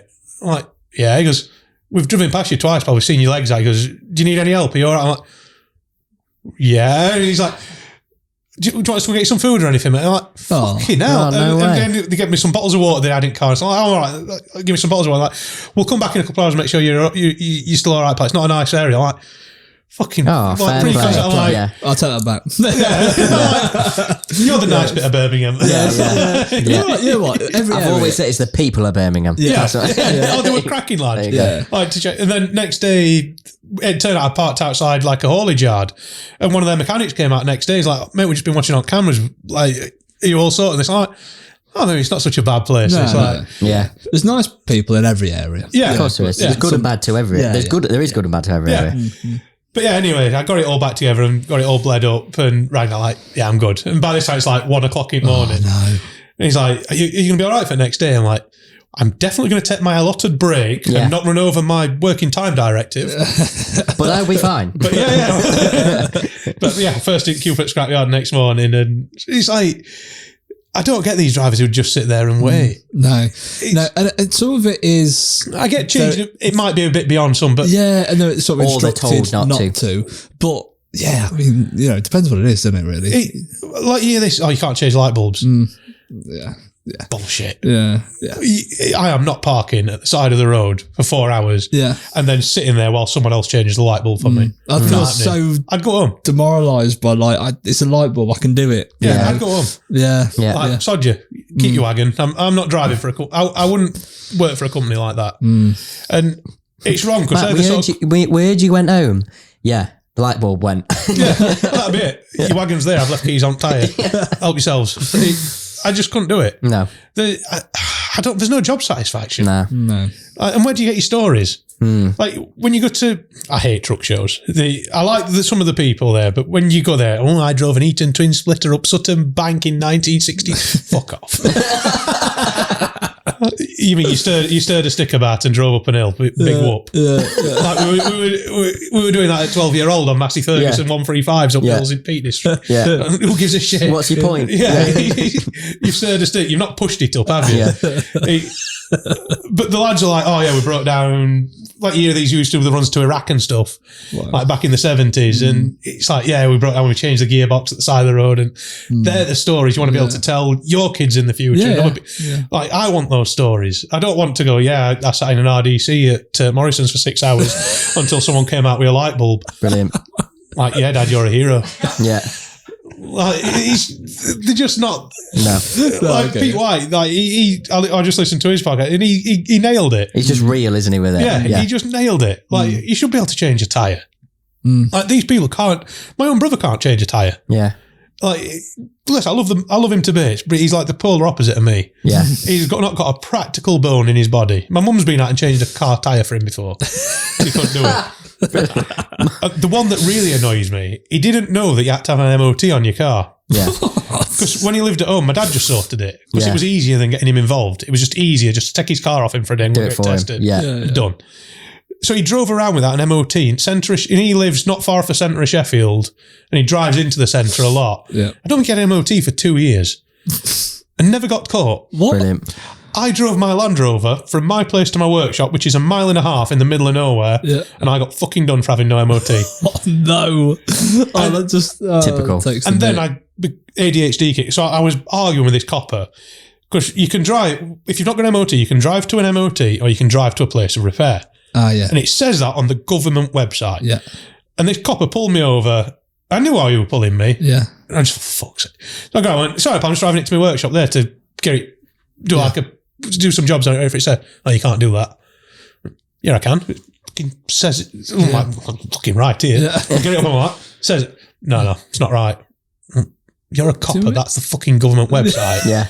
So he's like, I ain't got time for this. I'm like, when we're outside at Main Road, I'm like, do you want to just follow me down to my workshop and we can sort out whatever we need to sort out? Yeah. So he follows me down there, and I thought proving that I'm going to a workshop might just prove that I'm not just bullshitting it. Yeah. So I opened the doors up, and there's obviously ramp there and everything. Yeah. He's like, he was quite a nice bloke. He just weren't having it. He was wrong. I'm like, fine. It's like, oh, what's fine? He goes, it's £100 if you pay it in so you can go to court and argue it if you think you're right. I'm like, I'm fucking right. Yeah. Of course I'm going to court. Yeah. So I get home and said to me, now, you're never going to believe this. That dickhead brother of mine's been driving around with no test. So like, I do it once and get done. Yeah. He's like, well, he goes, are you paying it? I'm like, no, I'm going to. He goes, don't, because you won't go. You'll forget, or someone else will get in the way and you'll forget. I'm like, I will not. I did, and then I ended up with like a £500 fine. Well, that's where they get you really, because either you can take a day off, mess around at court, and I'm like, I'm going just to prove that I'm right. Or you could just pay £100 fine. I should have just paid the £100. Yeah, hindsight's a wonderful thing. It's easy money for them, though, isn't it? Yeah, and but 1.5 miles. Oh, that's crazy, isn't it? That's bonkers. We're doing, 2 years in the centre of Sheffield. Well, you've been to Castle, you've seen what it's like. It's a ghost town, isn't it? I know. Yeah. What's the chances? Yeah. The one time a traffic copper, when I got all my tools robbed, it took them 4 weeks to send the PCSO out. Yeah, but you haven't got MOT. Maybe it says a lot about the centre of Sheffield for the coppers. Yeah, he's got no MOT. Neither is he. We haven't got the time we or the paper. Yeah. Just quickly as well, what did you have you been watching Clarkson's Farm? Yes, brilliant. It's fantastic, isn't it? Absolutely brilliant. It's the best thing on telly, I think. Yeah, absolutely. Yeah, it's up there. Yeah. It's very real. Yeah. Like, obviously, I think they do dramatise a lot of it, but it's just so real. Yeah. And Caleb's a character. Yeah. And he's exactly right. Like the stuff he says, like, you've got to do that bit near the road, right? Because every farmer will be judging you. Yeah. Because I'm watching him doing it, I'm like, I could do that better. Yeah. Naturally, you do, I suppose. Yeah. It was so, you could tell the pride he had for how he wanted this field to be, and then Clarkson was just doing this. Just doesn't give a shit. I know. Everyone going past me like, God, Caleb's better right messing that, isn't it? Everyone knows that's yours. Like, that's your field. You've looked after it. So anyone driving past, like, he's made a right cop. Yeah. Because I do it now, and every now and again I'll send like a picture to one of my mates, like, you fucked up there, haven't you? What have you done that for? Oh yeah, brilliant series. I really enjoyed it. I was going past a field one of my mates had drilled, and they had done that. I sent him a picture like, did you drop your can of pop there?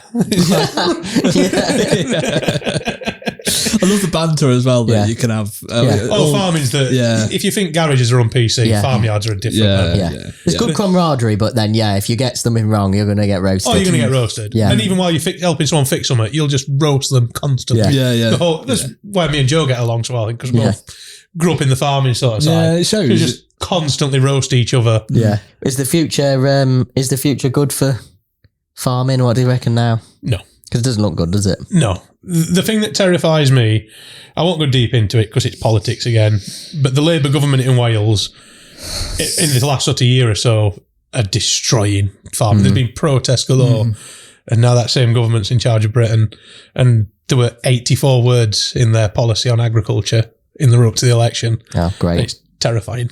Absolutely terrifying. The job's hard enough. Yeah. Like leaving the EU and all that. Yeah, you can say what you want about it, but all those subsidies are coming to an end, and then we've got a government that may or may not be going to support us. Yeah. Like the Conservatives, as much as they were a bunch of bellends, like the Minister for Farming was a farmer. Yeah. And they had several farmers in... Who get it. Yeah, and we're an island nation. Everything we bring in costs money, and we've got the ground there to feed the country. We've got the farmers there with the know-how to do it, and you're making them fight. I think they're the only industry that buys everything at retail, sells everything at wholesale, and pays the transport both ways. And they're what feed us, and we're an island. Yeah. That is mad, isn't it? Yeah. And it's terrifying. They're paid not to do, not to farm. You earn more by putting solar panels or growing trees or wildflower meadows. Or selling the land. You can earn more. Well, you don't even have to sell it. You literally long-term rent it to a solar farm company, and it pays more than... And cows, livestock's hard work. Hands off. I couldn't be a livestock farmer at all.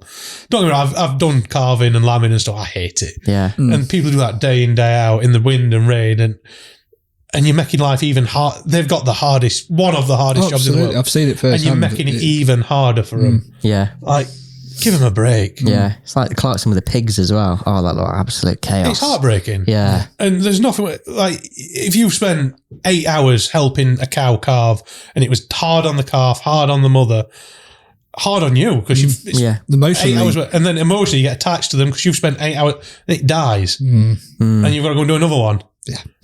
Yeah. And it's not like an engine where you can walk away for half an hour and have a sit down and come back to it. You can't, because they'll die. And then we're just making life even harder for them. Yeah. No. No. You know what? Last year was when the French, wasn't it? Pretty much blocked the motorways and stuff. You know what? And they got the job done. Yeah. They did it. They can't build a car, but they can riot. No, that's it. Yeah. They've always been good at that. They're brilliant at rioting. Yeah. What happened when their royal family upset them? Well, they never had like a Thatcher to come in and like destroy all the unions, so they've just if they want to do something and they want to make a big fuss, you need the happy medium in the middle of the two almost, don't you? Yeah. The French, the unions do sort of run the country, and everyone's that terrified they're going to get their head chopped off because they've got form.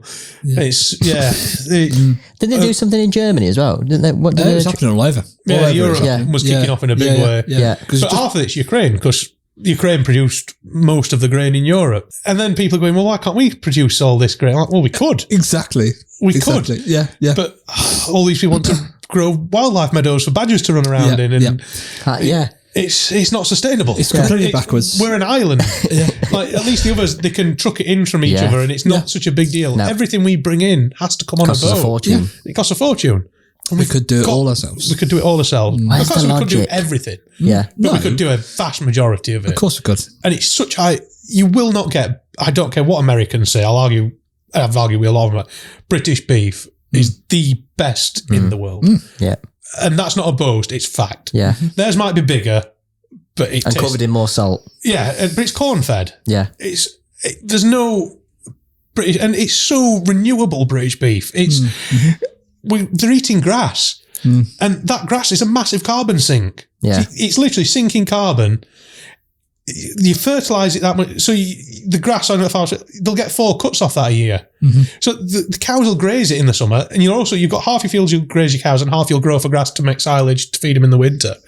But all of that is a carbon sink. Yeah. And it's not like the grass you have in your garden. It's big, thick leaves, a lot darker green if you look at it. Yeah.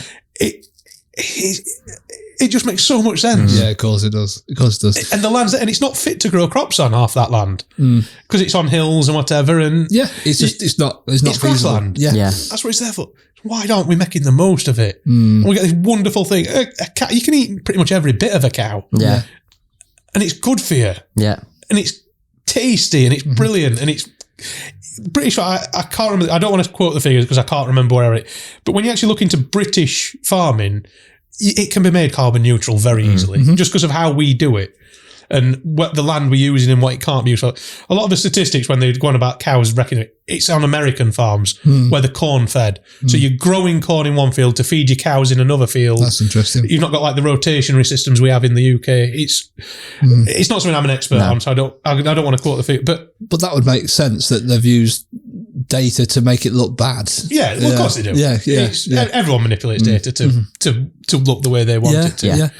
But no, British farm. What we're doing as a country to British farming is despicable. And totally Clarkson championing it. Yeah. He's done more for British farming than the NFU have. Yeah. In the last, how long has he been doing it now? 3 years. Yeah, 3 seasons. And he's done more than any of the farming organisations. He's done more than any of them. Yeah.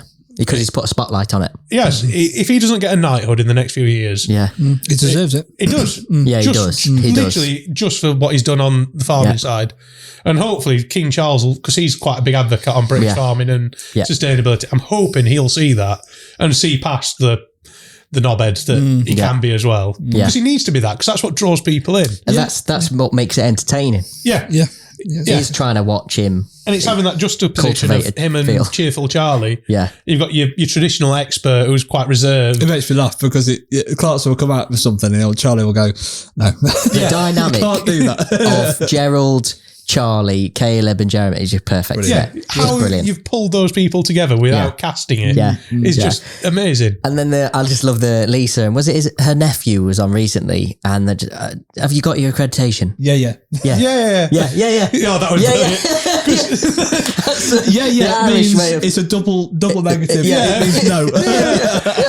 Yes means yes. But I do the exact same thing. Do you know what you're doing with that? Have you done one of these before? Yeah. I love that. Never fucking touched one in my life. No. How hard can it be? It's not some bolts. How hard can it be? Just wing it. Yeah. Just wing it. Well, was it Ash that did that? Yeah. I'm just winging it, bro. I'm just winging it, mate. He's right. Just winging it. Right. It's all nuts and bolts. Yeah. What's next for you then? Next project? Oh. Is there a next project? There's loads. It's just time. Yeah. This RAF job's coming to an end now, so I'm hoping I won't go straight on to one. The problem is, one of these jobs will come up and they'll put me on these sites because jack of all trades. So I'll be there to drive a machine, fix what breaks, and just do a bit of everything sort of thing. And it's just all consuming. because sometimes I can get digs up there, so it's not too bad, but I'm away from home, so I can't do anything. If I commute it, it's an hour 50 each way on a good day, on top of a 12-hour shift. Yeah. So I'll leave the house at 4:30, be back at 8, half 8, 9 o'clock. Go to bed. Have something to eat, go to bed. Like the thought of going to the shed and getting home with something. Yeah. I've got I haven't sold a car for 5 years, and all the old ones are sat there just with little problems, needing sorting so I can sell them, and I just haven't got the time. That's that whole thing, isn't it? Like you said, I suppose that would make good YouTube content. Yeah, I've got all sorts of stuff. It's that fine line juggling. I've got that Dodge sat there, which would be a brilliant YouTube project. Yeah. There's my old Mercedes Vito van I used to run about in. That sat there, just needs the suspension sorting. I can sell it. Yeah. There's the Transit Connect I had before that, sat there, needs an engine swap. New engine sat next to it. Yeah. Just need to find the time. It's all ready. But my Range Rover sat on the drive with multitude of problems and no doubt getting much worse. Range Rover problems? No. I can't sell that car. Really? It was the first ever nice car I bought. Yeah. And I'd always wanted a Range Rover. Yeah. Always. And it was always that shape I wanted. Always wanted one. And when I got it, I'm like, I'm the man. I am the man. And they're every bit as good as people slate them. Yeah. But there's a reason that everyone used to have, like the Queen. They're a good car. The Queen used to drive in that model rather than the newer one. Yeah. They're comfier. Yeah. It's world renowned. Yeah. Land Rover, they're a bit like JCB. They get 95% of the way there and 5% lets them down. Yeah. But that Range Rover is possibly the greatest all-round car of all time, in my opinion. Our dad loves him. Yeah. He's had a few of them now. I've had the newer one and I didn't like it. Yeah. It's too bling, there's too many screens. That model of Range Rover, if you get, like that one of mine were quite good in. And the engine's still good in it now. It just, the body's rotting and it's 08 plate, so it's an old car now. So is Jeremy's. Yeah, and he's got the exact same model as his. L322, is it? Yeah, L322 TDV8. Yeah. Absolutely. They're nearly 300 horsepower. They'll tow anything. They go anywhere. Yeah. And he drives that every day as well, doesn't he? I think he's had it since new, hasn't he? Yeah, I think he's had it rebuilt, like completely nut and bolt rebuilt at some point. There you go. But they are the best all-round car anyone's ever made. Yeah. They're not the most reliable. But half of that is they just get used and abused. Yeah. And they're a complicated, especially for the time, they were a very, very complicated car. Like you've got to get your head around air suspension, which is all right if you work on trucks, but for your average car mechanic, they've never seen that on a car before. No. They were an absolute pig to work on because that engine bay was designed for an inline six. And so you put a V8 diesel in it. Things change. Like doing the inlet manifold on that is one of the worst jobs I've ever done on a car. Yeah. It was literally, you're in there. Sorry, the inlet manifold weren't doing the turbo on it. If someone told me you can't do the turbos without either taking the engine out or the sub. No. On those, you don't take the body off. On the Discoveries and the Sports, you take the body off. Okay. But on those, like, pretty much everyone says you've either got to take the engine out or at least jack it up. I'm like, I'm not doing that. This was before I had a workshop and I was doing it in the snow. And there was one bolt which holds the turbo to the manifold. I could literally, with a stubby spanner, I could do one tooth at a time turning this bolt. Yeah. And I'm there with my fingers going blue and I'm just losing the will to live with this fucking car. Just Brilliant. like, and the worst bit, all it was to change the actuator on it. And I got the actuator off without taking the turbo off. I'm like, brilliant. Put it back on. Get a new actuator. Phone this company up, Turbo, was it Turbo Technics or someone up in Leeds, this turbo company. Yeah. I'm like, we've got the actuator, but we need the turbo because the actuator has to be set up to the turbo on the bench. I'm like, are you taking the piss? Yeah, you've just gone through all of that. I've just gone through all that, taking the actuator. I'm like, right, turbo off. Yeah. And once I got it back, because I knew how much, I put off putting it back together for like 2 months because I just knew it was going to be an absolute pig. Yeah. And it weren't until my dad started whinging that it'd been on the drive, like jacked up. Yeah. Like, it's time to sort it now. You need to get that done now. Yeah. It's, they're a brilliant car, but I keep umming and ahhing about getting another. Well, it gives you something to do. Keep mending it. I've got the Defender as well. That's another project I need to finish. Yeah. Like the poor chap who sent me a load of brake stuff for it. He's been waiting for a video for 6 months. So every time I look at it, it's like this afternoon I've got to do the Transit I've got for work, the rocker cover gasket's gone on that. But also I've got to take the injectors out on that to do it. That's a pick. But I need to, actually, it's pissing oil everywhere. and then I need to do the brake pipes on. It's never ending. The motivation to do either is zero. Yeah, especially when it's a nice day. One day, yeah. Well, that's the other thing, isn't it? Oh, yeah, I don't even get started. Yeah, on the weather. At least it's nice. Yeah, it has been for the last 2 days, but I think we've gone back to grey cloud. It's grey, but it was 23 degrees, I think, when I came in. Oh, there you go. Then. So we've been in here since first thing this morning. So yeah, I was a little bit late. In fact, we did go out and check Ben's car out, didn't we? We did Ben's new car. Yeah. Oh, which one was that? The M3, obviously. Yeah. Nice. Nice. Yeah. When you think you've got, I've got a nice car, and he's just gone and done me. He's just gone and done me. Yeah. He's gone. No, that's cute. Well, we got nice cars. Ben got a Lotus Emira. We got nicer cars. Ben got an M3. Oh no, I actually hate him. I think. So.